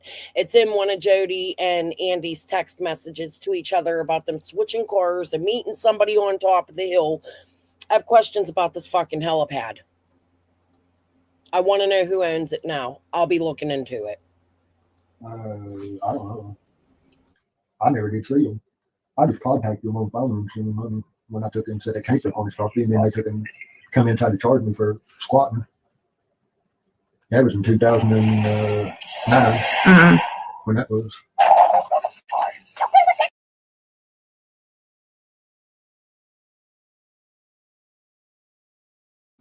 Just to let you guys know, all these images that are coming up, they're for the parts prior, because I was cutting parts and putting them together. And that's how I like guide myself. And then at the beginning, I'll put it at the beginning of it and make it the start of my video. So we already talked about it. That image has nothing to do with, we just listened to it. Dawn tried to come down there, I don't know, about a year and a half ago. And Fred told him he better turn around, and, it was best for him to go back home. Stop and smell.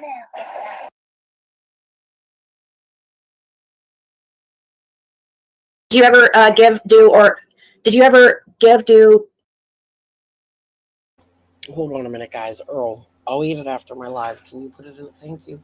My husband just made dinner and I didn't even know. I was live. You guys want to thank him? Look, my keto burgers. No bread. Okay. I'll cover up. All right. Oh, speaking of which, I got to take my shot today. Okay. No, I didn't take it yet. Okay. Thank you. Or do drugs with Candace? Candace or Dawn, no. You never ever did? No. Did they ever buy off you once or No, twice? no. Didn't you say Candace might have once, like maybe a pill or Suboxone? No. Why was I thinking you thought maybe possibly? You've asked me that many times. I can't figure where you got that from, because they ain't never bought nothing off of me. Don's come to my place and done his crack in the driveway. He sat in the driveway doing smoke his crack. Mm. As far as me, I was selling him anything. I never sold nobody in Holler nothing. Mm. I didn't ever even thought they was into any meth. I didn't even know that they was even into meth until the drug task force brought it to my attention that they found all kinds. Something else I want to show you guys is a couple weeks ago, a couple days, one of my lives, a couple lives ago, I showed you guys a bust that they did way back in the day. And that bust was the name of a man that Fred said he was caught selling to. Big Mountain or whatever his name is. Yeah, that guy was in a bust years and years ago. I'm a little confused by that, but I got to find that clip and put it back out. I couldn't find it when I put it out, but it's there and the name has been mentioned. And I'm just curious, is that where Fred got it from, or is this a continuing thing? Why would the guy snitch on him? He was involved in another drug bust and went to jail. The Mountain guy. Okay. Paraphernalia and stuff like and ingredients to make meth and stuff. They said that they found meth making stuff. Because they said, yeah, every time a cook, or how do they say it, every time a batch is being made, it seems like the child comes up missing. What? That's what they're the task force did. They said it seems like every time a batch is being made, a child comes up missing. Yeah, so What's that meaning? That's what I heard about it. They said that they had meth making ingredients up there on the hill. That's what they're doing. That's crazy because of that recording. It sounded like they were making meth in that background. The ones that had me to record for them, the ones that were saying that, you know. What other child is missing, Fred? The police said to him, he just stated that every time they make a batch, a child goes up missing. I'm taking my meds, guys. That's what I just showed you. I'm trying to piss Jody off. Look, Jody, it's my Ozempic. Ooh, that I don't need. Yeah, shit is expensive as fuck. Okay. Every time a batch is made, a child goes missing. What other children are missing, Fred? Can you show us? Mm-hmm.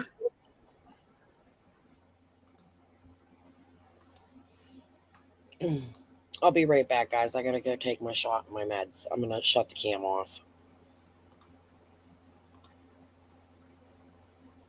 Take big amounts of rugs, but no money, which is unheard of, right? Do you think there was that you were a scapegoat for Summer's case? Yes. Don said that he tried to set me up. Well, that a scapegoat's kind of it's kind of different, but yeah, like where you were kind of made the target to try to take the focus away from the real, like the main issue, which was missing Summer Wells, and also off of. That's why Don wants to holler, oh, some meth head's got her, some meth head, she's in a meth motel. Well, we tell the truth, she ain't in a meth motel, she's in a crack motel. Right. I mean, there's a little bit of truth to everything Don said. It's just twisted, just a little bit to take eyes off of him. Mm-hmm. You know?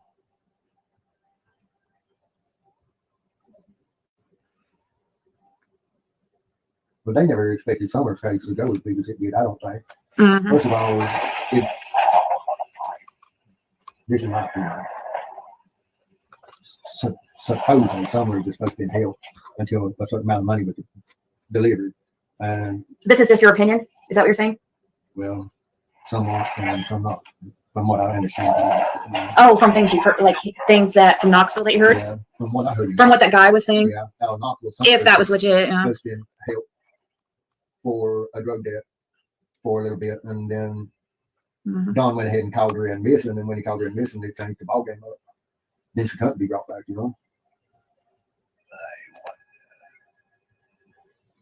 Mm-hmm. But Don thought he could get out of paying and stuff, and called her in and missing. But when he did do that, he took her, everything exploded out of hand. You know? Yeah, that's kind of like what this person in Knoxville was saying. Was basically describing it as. That's what they were trying to say, you know.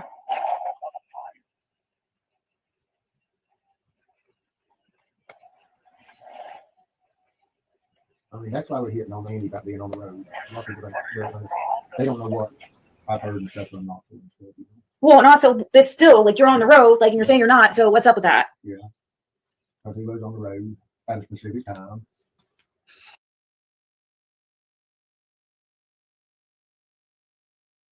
It's crazy that a little area like that is a hub for drugs, it seems. Not little drugs either. Has it always been like that? Has it always been a drug area? Oh, yeah. Oh, yeah, because your parents were even. Yeah, I mean, I've dealt drugs since I was 7 years old. I mean, I dealt drugs to teachers, principals, everything in school. I mean, all the way through high school, middle school, elementary school. Mm-hmm. But it was all marijuana at that time.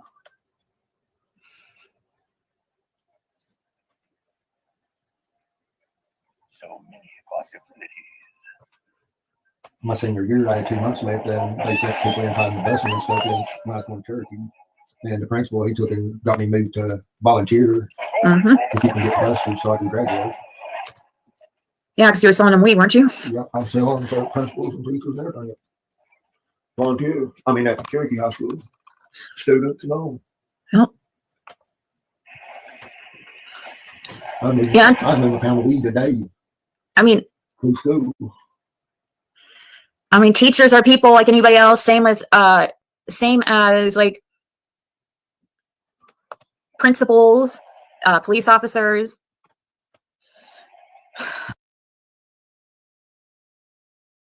That's sad. And the thing is that I believe it because we've heard the stories that his father and his parents did this. So again, it's a generational thing. And Ellie has confirmed that in my chats. And that's sad. Fred, like I said, I'm very, very happy for your sobriety. I hope you stay that way. I hope that you've had nothing to do with Summer, but lie detector tests, you're the only one stating that you have been driven around by the police. It's a lot. Fred, I hope everybody's wrong for you because I see you sober now and in love, and I feel like you've had it rough your life, right? Like, that's no secret. I hope in the end of this that you are completely innocent. I really do. In the meantime, my animals are fighting. Is that the kitten? Yeah, what y'all doing, man? Quit. In the meantime, I think you should answer some questions so that people can believe that you're innocent. I find that the fact that my chair just fell down.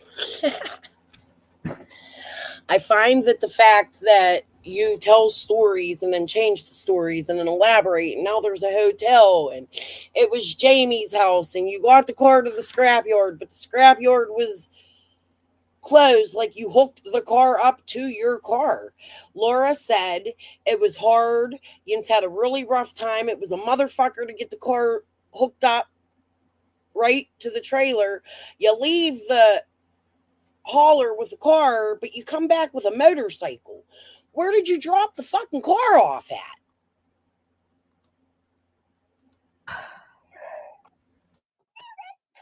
Police officer. Yeah, I'm just saying they are human beings. They also they will are just because they have a good position of what people would say is an honorable position doesn't mean that they're not into extracurricular.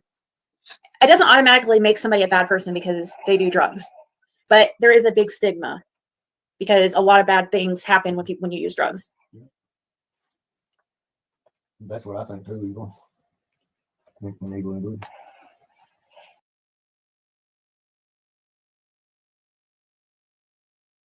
I just wonder. I do know that they got children on that at motels and stuff where supposedly summer brothers. I just hope she lives there and stuff. But it could take up to 2 years for them to set out indictments on that before they even have to release any names on them. I just wonder. I do know that they got children on that at motels and stuff where.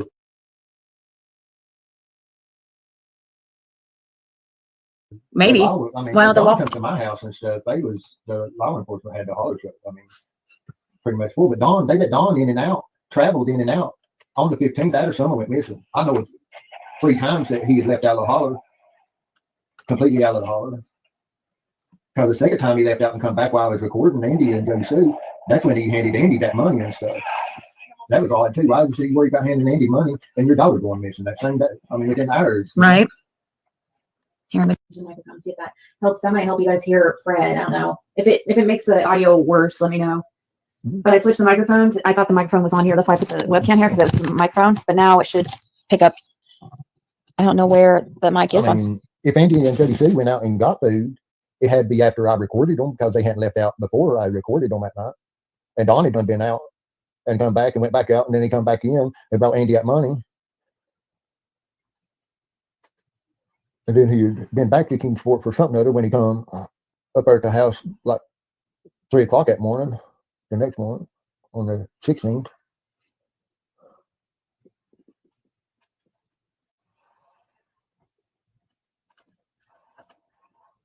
There's video of them getting food that night. Oh, is there?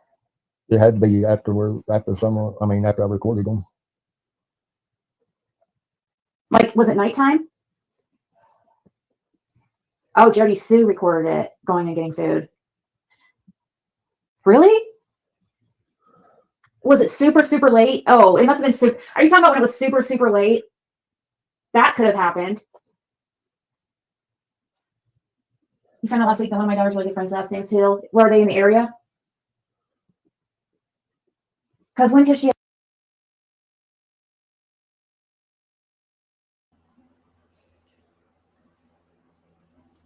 Sorry, guys, I'm chewing. I'm trying to eat. Jody did record it. I seen it. I don't think I have it. It wasn't super late. It was like 11, 12 o'clock, I want to say. But they definitely went out to get food.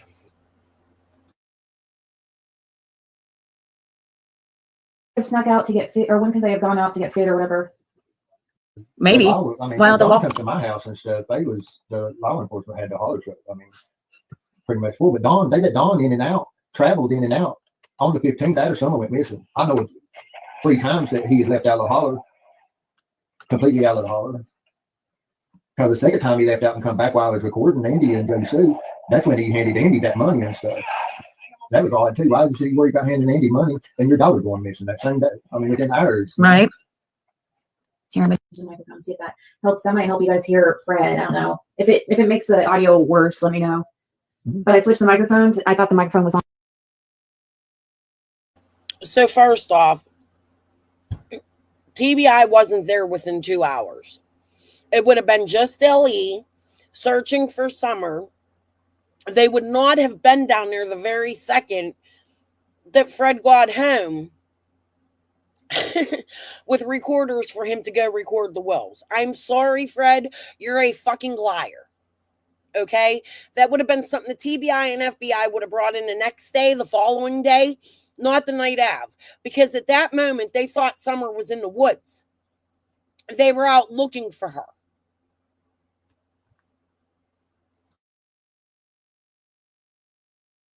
On here, that's why I put the webcam here, because it's the microphone. But now it should pick up.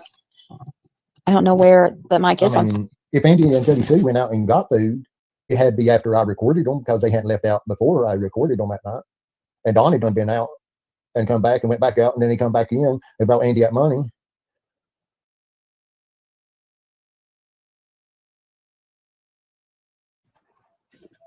Yeah. But I do know Andy was on recording too at Zoomers at around 5:30 something. It wasn't exactly 5:30. It was between 5:30 and 5:45. And I do know that the law enforcement went and pulled the footage of that.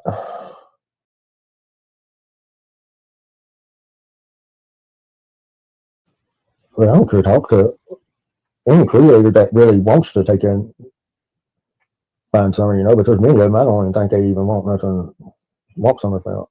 Mm-hmm.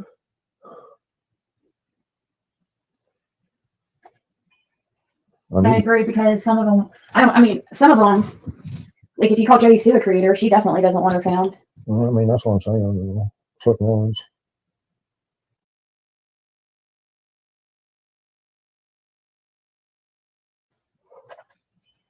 I need to call that one, talk to him sometime. Which one? Don. Oh, did he message you? Huh? Did he message you? He sent you the phone number, didn't he? Yeah. You know, I didn't call him. Yeah, you should text him. I just didn't talk to him. It's easier to talk than it is to text. It's easier to explain stuff. Mm-hmm. There you go, Don B. There's that opening. Fred. He was saying we could to meet up, like if we or go there, but like if you can't, you could just talk to him on the phone. Yeah, either way. He'll talk to any of you guys on the phone, like really. Fred, Don B has been accused of stalking Candace. I think you should just keep doing what you're doing. Although, giving somebody more, I don't know what kind of questions Don B would have for Fred. That would be an interesting conversation, I think. I don't know. What do you guys think about Fred talking to Don B? Weird Laura with Chad A now and was with David B. Oh God, they're saying she's been with so many people. I don't think she's with Chad Arnold. Where did you hear that, South? Oh Lord, please tell me that ain't true. Yeah, it's easy to talk to them on phone to do like texting. Because there's a lot to cover on a lot of it. Yeah, but you just know though that it's going to be used. They're going to record. I'm sure that they'll record you. Oh, so. I know that. I ain't got no problem with that. I didn't know that. Right. Every text is recorded. I mean, That's true. That's why I like texting and stuff most time because I've got a record of it. Yep. Too. Yep. It saved my ass many times having a record, of my communications.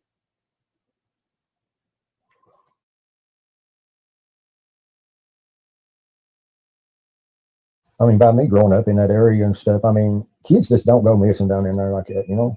Yeah. That's for damn sure. They don't go just go missing any fucking where. I mean, that's just like Candace. She when he said on that news, when the news thing interviewed her and stuff, oh, she didn't walk and stuff because she's afraid of the bears and snakes and stuff. You don't walk and stuff, but you let your youngins play on Ben Hill Road and stuff, riding their dirt bikes and stuff. But you're scared to get out, but you ain't scared for your kids to get out. Mm-hmm. I mean, by me growing up in that area and stuff, I mean, kids just don't go missing down in there like that, you know? Yeah. That's for damn sure. They don't go just go missing any fucking where. I mean, that's just like Candace. She when he said on that news. Kids don't just go missing, but you have been said that there was another child the same age as Summer in the woods that was being hidden. You just stated in the same live. Hold on.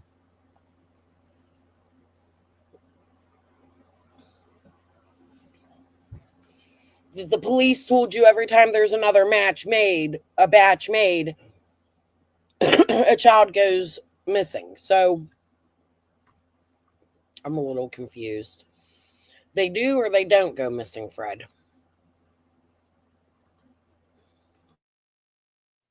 I think Daddy Sue's just covering for somebody. Yeah. Daddy Sue's got knowledge, yeah. Daddy Sue's got knowledge.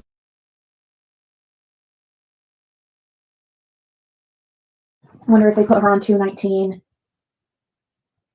Candace didn't go that far in the horror, dude. Yeah, but They had the gates. we don't know They where had the these gates people. up and locked, from what I understand. Oh, there's gates that block the road off. Yes, right there at Ed Redmond's, right past his driveway. You gotta have a key and stuff to get through there. Who has the key? Ed. And Well, what if it's Ed? Ed and the Well, landowner. Ed is quite Yeah, sus, I so know. I wonder if they put her on 219. Candace didn't go that far in the horror, dude. She said she opened the gate on the interview room. What? I don't know. Really how much footage that Ed turned in or whatever, you know. But what people's got to understand too, that the Tennessee Game and Fish has cameras in that holler too. Jody never stated that she opened the gate. Hold on.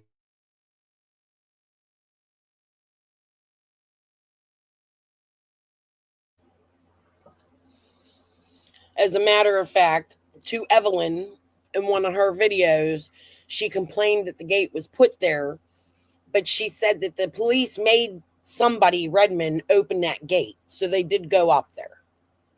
She didn't claim that she opened the gate. She claimed that the police opened the gate. And Fred just confirms that by saying the state and wildlife game people were there. Yeah. Because of certain animals and stuff that they That's true. stopped in there. They got probably cameras checked a in bunch that of those holler. I know for a cameras. fact they got They cameras. probably. I would hope that they checked a bunch of those cameras to see if anybody was caught on them, you know, hiding anything. Really how much footage that Ed turned in or whatever, you know. But what people's got to understand, I just like Ed Redmond having them two cameras that's on my driveway, right on one on my camper and one on my driveway, you know. He has a hunchback and chews a toothpick. Go back and watch TIR. Who's that? He has a hunchback. Who does? Who has a hunchback and chews a toothpick? Who's she talking about? I don't know. She talking about Brandon Clark that walked jail too, or what? Ed. Does Ed have a hunchback? Ed don't have no hunchback, no. But John Smith's wife's got a big hunchback. Ed ain't got no hunchback at all. And I'll never know if Ed is chewing on no toothpick or not. The one that chews on toothpicks, wasn't it? Isn't George do that? For some reason, I was thinking George Bernard does that. Somebody had found out he does it. Ed don't chew on nothing. You don't think he does? No. Ed Redmond and what is his name? Oh shoot. I'm trying to think. Glenn Powell, they look a lot alike. Really? Remember Jody Sue said, did you show Ed the pics? Yeah, she did say something like that in the text, didn't she? Wasn't that in text when Evil entered? Isn't that when she said that? Saying that to Andy? Yep. What pics? Like, what's that fucking mean? You know what I mean? I just like Ed Redmond having them two cameras that's on my driveway, right on one on my camper and one on my driveway, you know? He has the hunchback and choose a toothpick. Go back and watch TIR. Who's that? He has a hunchback. Who does? Who has a hunchback and choose a toothpick? This is all. I'm done eating. This is all shit Donna Serafina said. Listen, it's not credible, Ziggy. Stop. Stop putting it out there like it is. Who's she talking about? I never know, man. Sure don't know toothpick about my head. Weird cat, anyway. But see, he's a mailman. The rumor is he was supposed to be a federal agent under witness protection out of Georgia. Mm-hmm. I mean, not Georgia, Alabama. Sure, a lot of people don't know it. By him being under federal witness protection, then they're still going to have to keep him in a job, so they put him as a mailman, local mailman. Oh, a government job, yeah. Yep.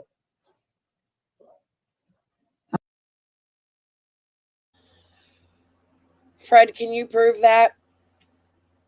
Can you show that he's a witness under federal protection? Like, I want to see proof of that because, Ziggy, this is the schizophrenic shit, in my opinion, you married. The CIA's watching. I'm not trying to be rude. I'm just saying that sounds way over the top. But he could be under. So yeah, and Fred's told me that since the beginning that it's rumored that Ed Redmond's under some kind of witness protection, and that his name used to be. His real name was George something. Different or something. He also has connections to Utah.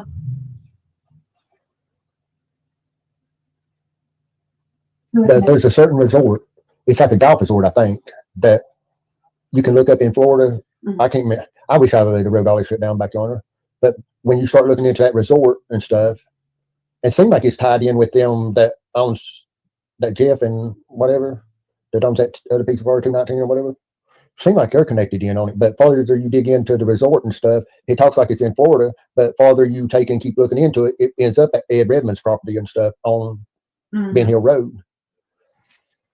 It's weird as hell. Yeah, something about Palm Beach. It starts out in Palm Beach or something. There is some hotels down in Palm Beach that somebody who tried to sue me has custody of, I guess you would want to say. The husband. Fred, I might believe you here. I'd like to talk to you about this.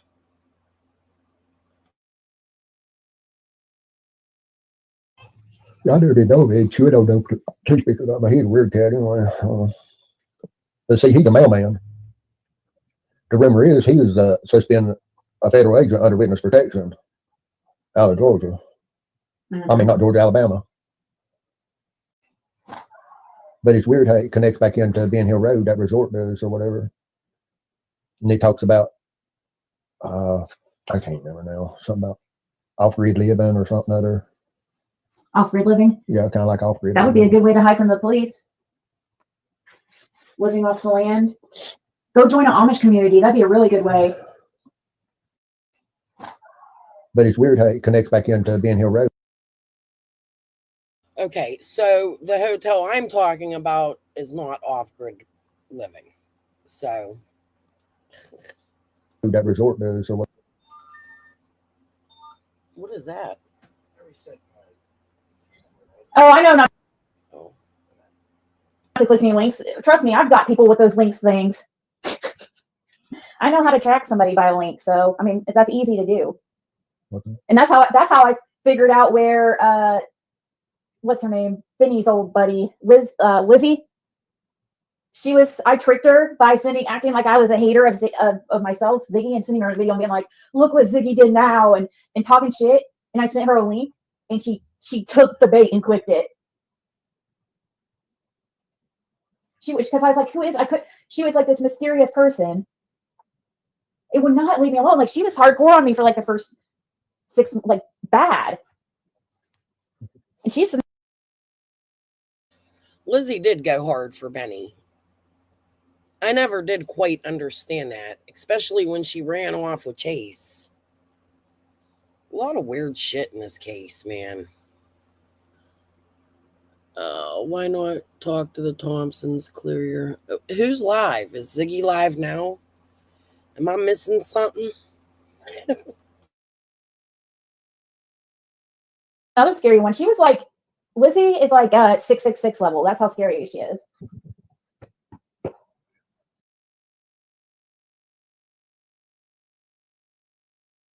I know, when you enter, I know.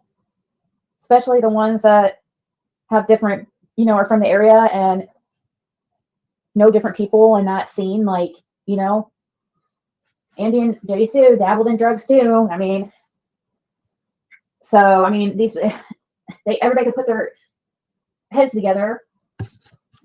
A lot of times, you know, that's why a lot of people, you know, bad people usually do drugs. And so that's why automatically, if you do drugs, you're considered bad.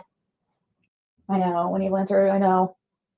Especially the ones that have different, you know, are from the area and know different people in that scene. Like, you know, Andy and Jody Sue dabbled in drugs too. I mean, I don't trust most local creators. I watch them in Discord. So yeah, I know. It's all games. And it gets so old. 95% of them, right? I value somebody's integrity more than anything. Their character, how they deal with conflict, and how they deal with things when they're upset. That's a big one. Watch how somebody handles something when they're upset at somebody else. Because then you'll know how they'll treat you when you're in that spot. You think someone's paying them? Well, you think that, and it got put out there because of Benny wanting to basically make people think. He was telling people that, basically, which is a bunch of BS. You know, if you're lying, that's, you know, I just don't understand all the lying. Because it's like, okay, is he telling the truth or not? Is it just another game? That's like how long Dawn knew Tim before something like this. They didn't know. They weren't supposed to have known each other before she went. Dawn stated that they know each other. When did he say that they knew each other? That's why that's why I saw you say in chat that earlier, and I was like, I asked you when they. I don't remember him saying that ever. Do you guys remember him saying that? You might be getting confused. Oh yeah, I don't know. I've heard you say it a couple times on different lives. Running Bear, my mind changes every day. I don't know that they were trying to necessarily push the Wells out, because these are like, the Wells were friends with the Benton and Dykes and Brits and Redmond. You hear Fred in the past a lot of times state that Jody, Sue, Andy, and Dawn and Candace were friends with Redmond. So I don't know that it was necessarily pushing the Wells out. A lot of times I ask people to remember that Dawn has been on Ben Hill since like 1991, 92, 93, somewhere around there. He's not new there. He's been there for over 30 years off and on. He lived there with Pamela and his first set of kids. They both have addresses there going all the way back to the 90s.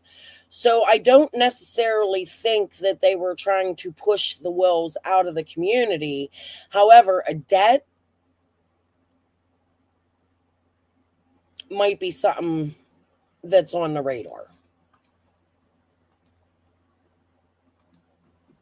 At one time, yeah, wasn't Tim paying him? In my opinion. At one time he admitted that. Yeah, exactly. He did admit that. He said that, but like, what can you believe? These people say just like anything just to feel like important in some way, you know?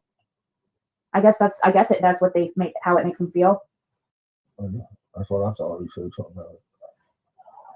Yes, he said from the airport flying those little aircrafts. Oh, yeah, because Tim come to find out, flies planes. That's.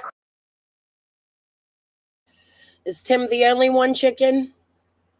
Chicken on a stick. Who else flies planes? Really curious about this helicopter pad. I'd like y'all to elaborate on that. Crazy when you enter. That's fucking ridiculous. I'm so tired of the bullshit. So tired of these people's fucking lies. It's not a game, you know. His daughter's missing. Both Don and Tim tried to make us think that they did not know each other. And they made up this whole, if that's true, they made up a whole story of how they met and everything. And both of them, you know, even Tim, that means Tim lied too. And I'm just I'm so over humanity at this point. So in this Ziggy can't remember where Dawn changed his story. It was on Smiley, Ziggy. It was on Smiley's. Please look at the interview with Dawn and Smiley. Dawn changed his story about knowing Tim on Smiley's. He said that now they were friends and they drove the gyrocopters. Motherfucker. Together, Tim Mullen has a membership to Tri-Cities Model Airport. He has spoken at events for them. Yeah, I've already looked into it. Y'all can do that. It's right behind Chase King, Becca, Andy King, who lived behind the airport.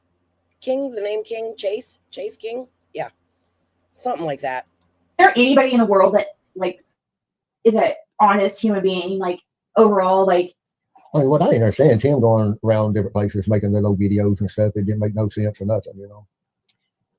Yeah, it's just like a Base Mountain Park, I just thought he was just, you know, and at certain parks and stuff. I never thought anything of him because at first I just looked at him as kind of eccentric, like my, you know, like myself. But you know, Borden Park, where they had that interview with Don and Candace or something. That's the biggest crack park they are in Kingsport. That's where all the crack dealers is around that park located.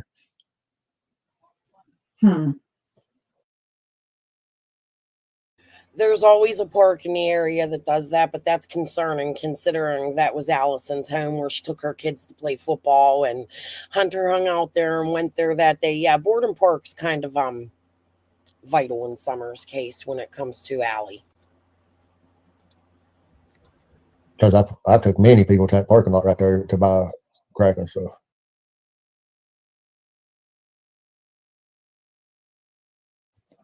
So she's saying, when Eagles answered saying, well, in the beginning, Don didn't know Andy either. Yeah, exactly. There's a reason. Are people just fucking dumb, stupid, or dumb? Huh? They really never speak on each other much. Andy don't or Don don't about each other. Andy and Jody didn't know Fred. That's odd. Fred never said he didn't know them, but Andy and Jody said they didn't know Fred. They're related to him. Fred says he doesn't know the lights. They all don't know each other. Don't you know that? Anybody you speak to from that area, in my chat or any others, they're all going to tell you they don't know nobody. No. And like, don't people see this? Reason. How do people not see that shit? You know what I mean? For a big reason. At the beginning, they tried to act like they, you know, and then suddenly you hear all these times that they were going over there. And it's like, you guys try to distance yourself way too much. I mean, just like the other state, they got back on, supposedly left work and got back on, would come in Ben Hill at the same time. Well, I do know that Don was home before the first two officers arrived, for a fact. So does that mean Andy was done home? But I know Don was home earlier that morning, leaving with the boys in the red Subaru around 9:30 that morning. But then I know Andy was in the holler, going back out with the blue truck at 347, because he's got both of them on camera, bumper to bumper on 347 going out. That was at 165 camera. I had them bumper to bumper. But Andy was back at Zimmer's at 5:30, something, getting gas. So I don't know if he went back to work and come back to Zimmer's or what. After he left the holler. Yeah. Because I know after he left the holler at 5:30. I wanted to pull it out. Like I said, I haven't had chance. In one of Jody Sue's recent lives, she said it's a very high probability that Andy could have been at Zoomer's, but it wouldn't have been 5:30. Fucking weird, these people, man.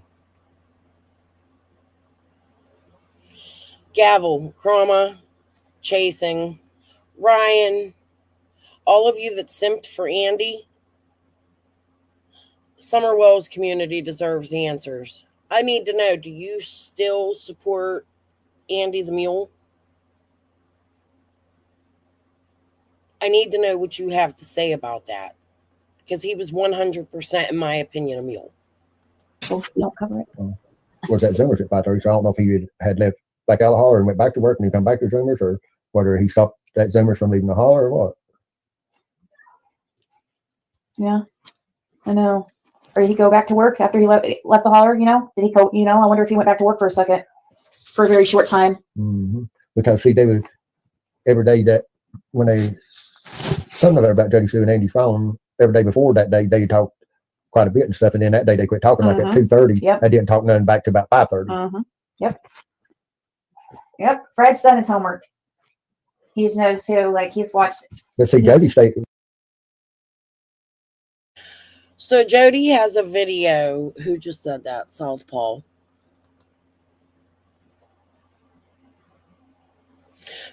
Andy. Hold on a minute, honey, here. Let me go do something again. We got to replay something since Andy says his charges were just for weed. Let's look at the facts, Andy. Let me replay this for you. Jodishu Brown. Charge details. TCA code 3917417C. Description schedule I drugs manufacturing, delivery, selling, or possession. Filing date May 18th, 2010.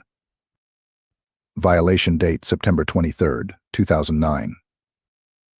Disposition date January 13th, 2011. Disposition type dismissal null prosequi. The charge was dismissed, or the prosecution chose not to proceed further. TCA code 5311401. Description failing to keep drug records. Filing date May 18th, 2010. Violation date September 23rd, 2009. Disposition date January 13th, 2011. Disposition type guilty plea is charged. The individual pleaded guilty to the charge as stated. TCA code 3917418. Description simple possession casual exchange. Filing date May 18th, 2010. Violation date September 23rd, 2009. Disposition date January 13th, 2011. Disposition type guilty plea as charged. The individual admitted guilt and accepted the charge as it was. TCA code 39171324A.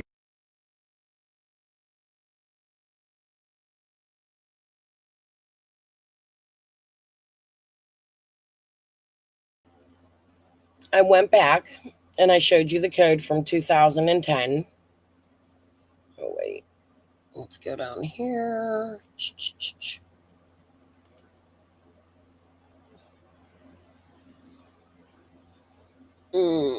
That's not it. What's the name of the code? Hold on. 5311 401. This is the 23 version. Hold on.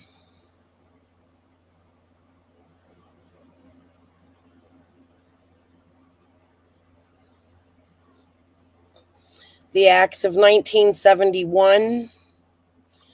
It has not changed except for money. I'll get all the screenshots and put it out. Why was it dropped, Andy? James Light and a lot of people sat real pretty in prison, didn't they? But I thought you just said it was a little weed. Like you really literally just came in my chat. Hold on.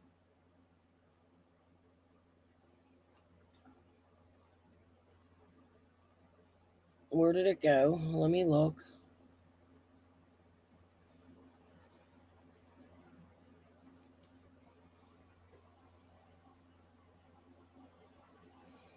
So you're going to come in here, you're going to see that you're busted lying, and then you're going to change it. Yeah, they was a pill.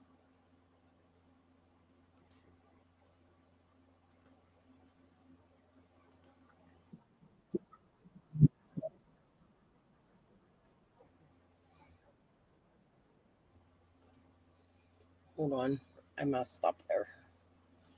Go back to here.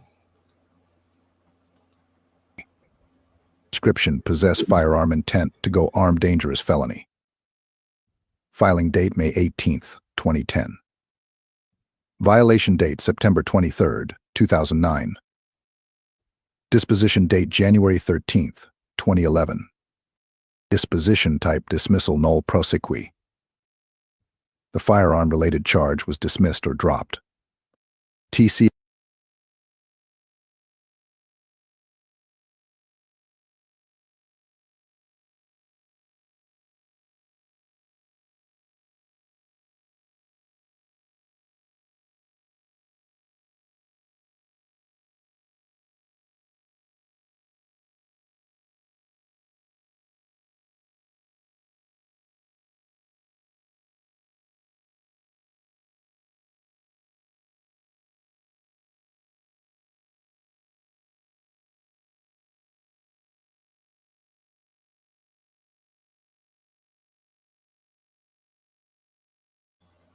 Charges were dropped. Okay. Hold on.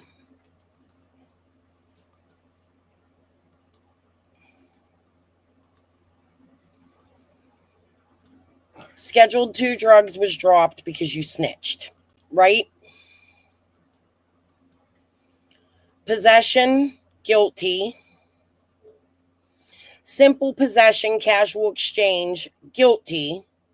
Simple possession, casual exchange, guilty. Violation of probation, guilty. But the one that shows that you're a fucking liar is right here. Failing to keep drug records. They don't give you that charge for weed. But let's listen. 7417C. Description: schedule I drugs manufacturing, delivery, selling, or possession. Filing date May 18th, 2010. Violation date September 23rd, 2009. Disposition date January 13th, 2011. Disposition type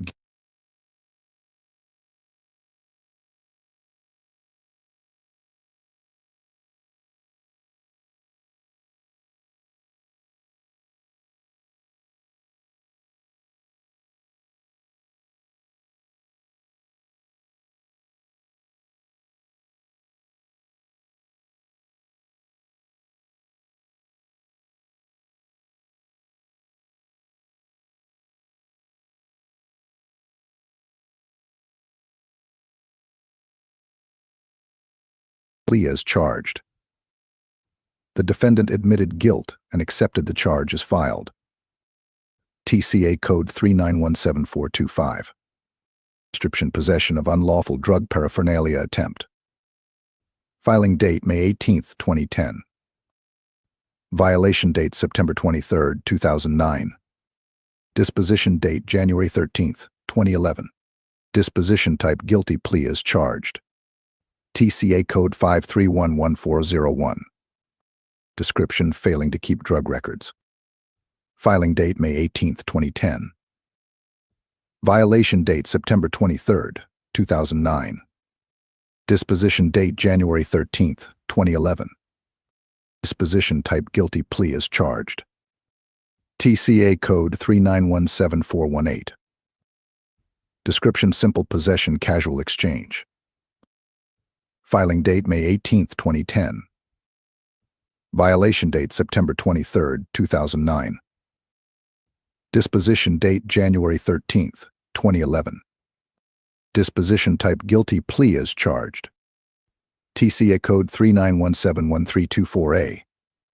Description: possess firearm, intent to go armed, dangerous felony. Filing date May 18th, 2010. Violation date September 23rd, 2009.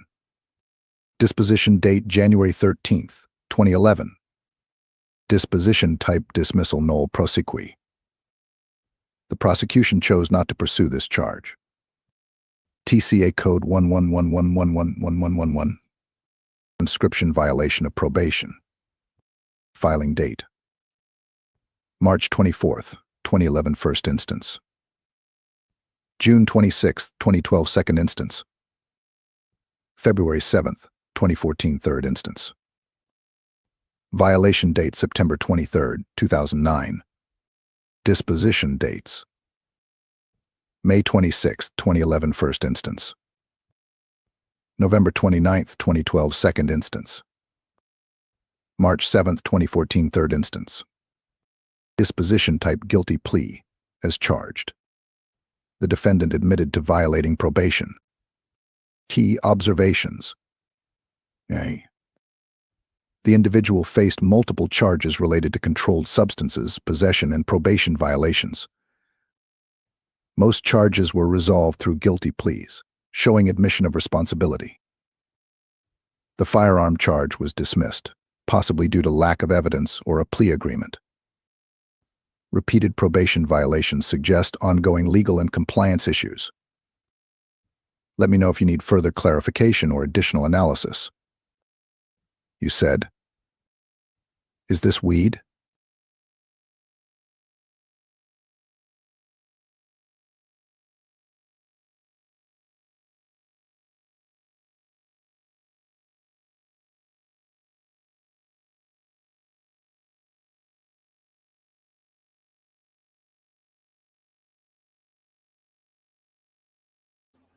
She's in the bathroom. She'll be back in a bit.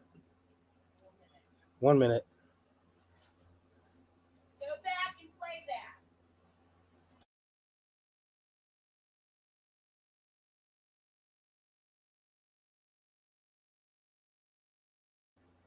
How do you? Just started at the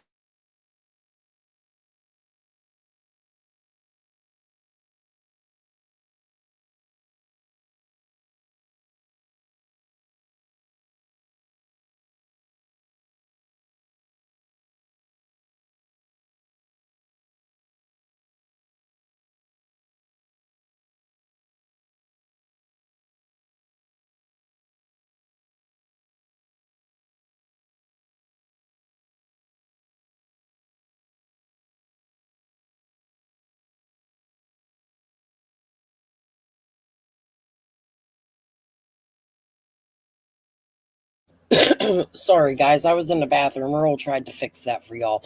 We didn't watch the whole thing. Let me start back at the beginning of Andy's charges right here. Actually, no, let me go back. We're going to, because I skipped through, you guys didn't hear the whole thing, even though I played it earlier. Let's just play it again. So Andy can get the gist of, we know he's a fucking liar. Okay?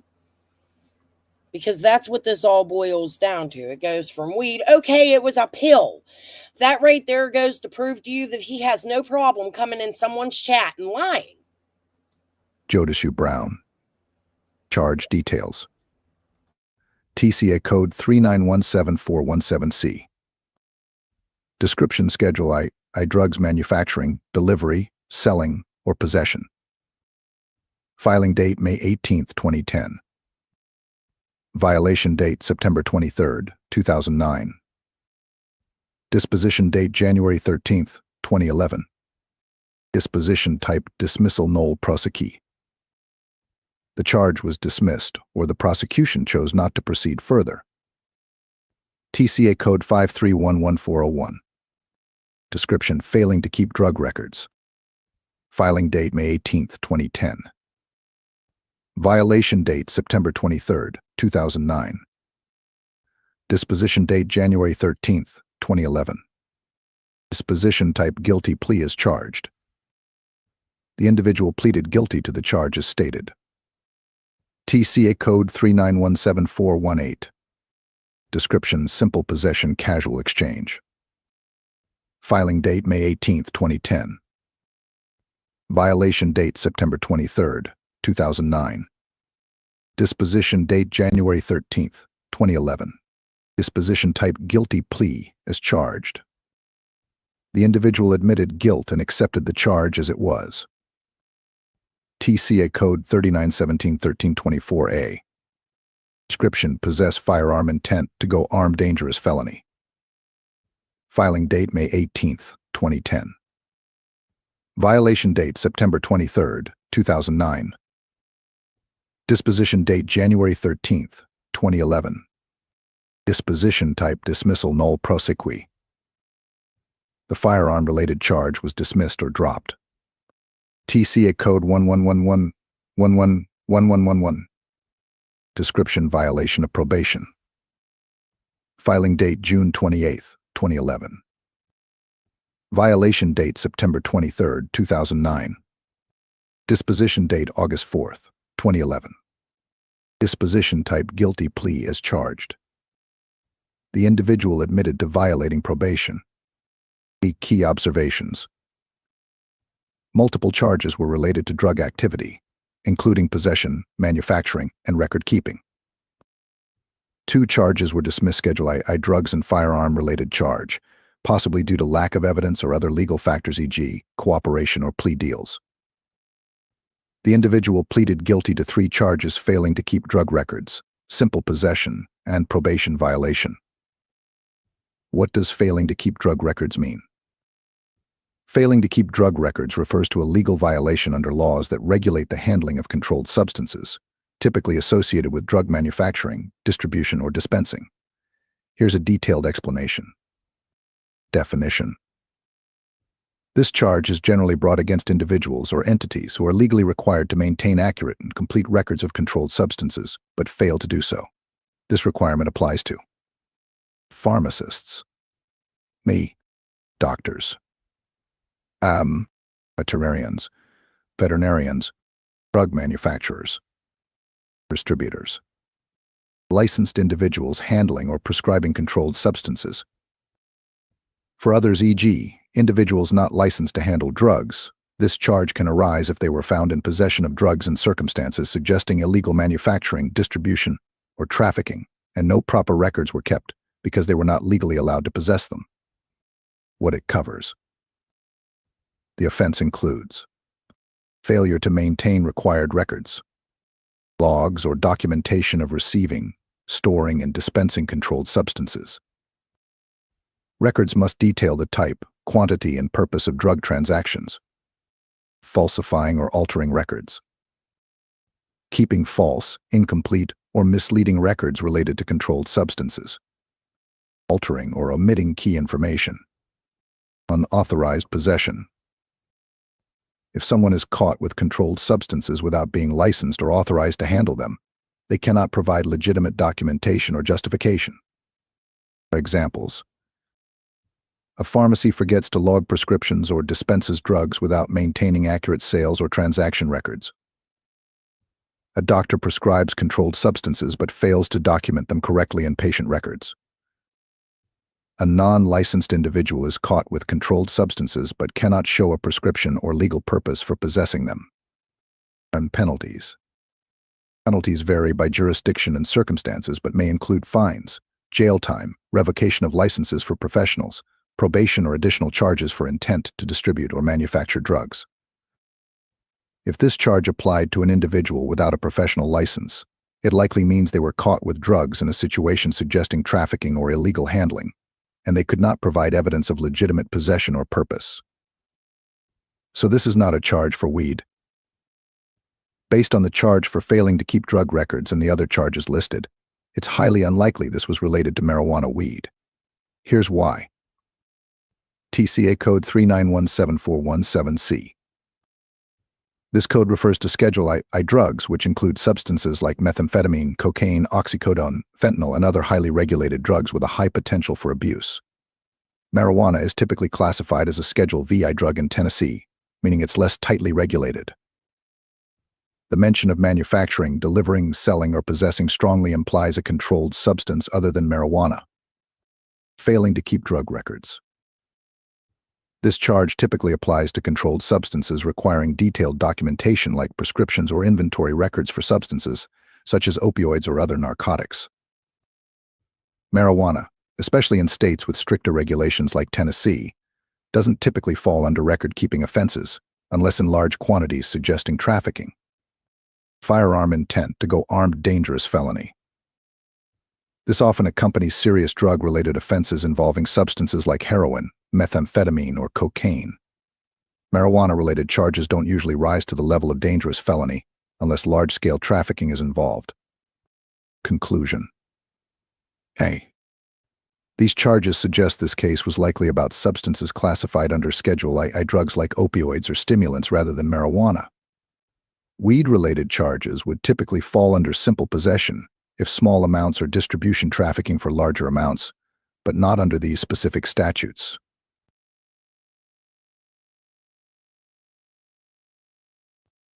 George Andrew Bernard. Charge details. Pore. TCA code 3917417C. Description: Schedule I drugs manufacturing, delivery, selling, or possession. Filing date May 18, 2010. Violation date September 23, 2009. Disposition date January 13, 2011. Disposition type: guilty plea as charged. The defendant admitted guilt and accepted the charge as filed. TCA code 3917425. Description: possession of unlawful drug paraphernalia attempt. Filing date May 18, 2010. Violation date September 23, 2009. Disposition date January 13, 2011. Disposition type: guilty plea as charged. TCA code 5311401. Description: failing to keep drug records. Filing date May 18, 2010. Violation date September 23, 2009. Disposition date January 13, 2011. Disposition type: guilty plea as charged. TCA code 3917418. Guilty plea is charged. Failing to keep drug records. May 18th, 2010. Guilty plea is charged. That's not marijuana, and that's not one fucking pill. That's a trafficking charge, Andy. You're not keeping it real. Quit trying to cleanse your ass. You're done here in my chat. Guys, I've been on for 3 hours. I'm done for now. Maybe I'll be back later, but you get the point. This was not marijuana. This was not 10 to 70 pounds of marijuana. Andy Bernard, according to his charges, was charged for trafficking opioids. And if you look further into this, usually it's writing fake prescriptions. What is your point of going to Washington, D.C. for marijuana, Andy? You should check out the video that Holler Girl posted last night. Stop letting air do your work. The air mattress, that's your work. King? King as in Rachel King married to Chase?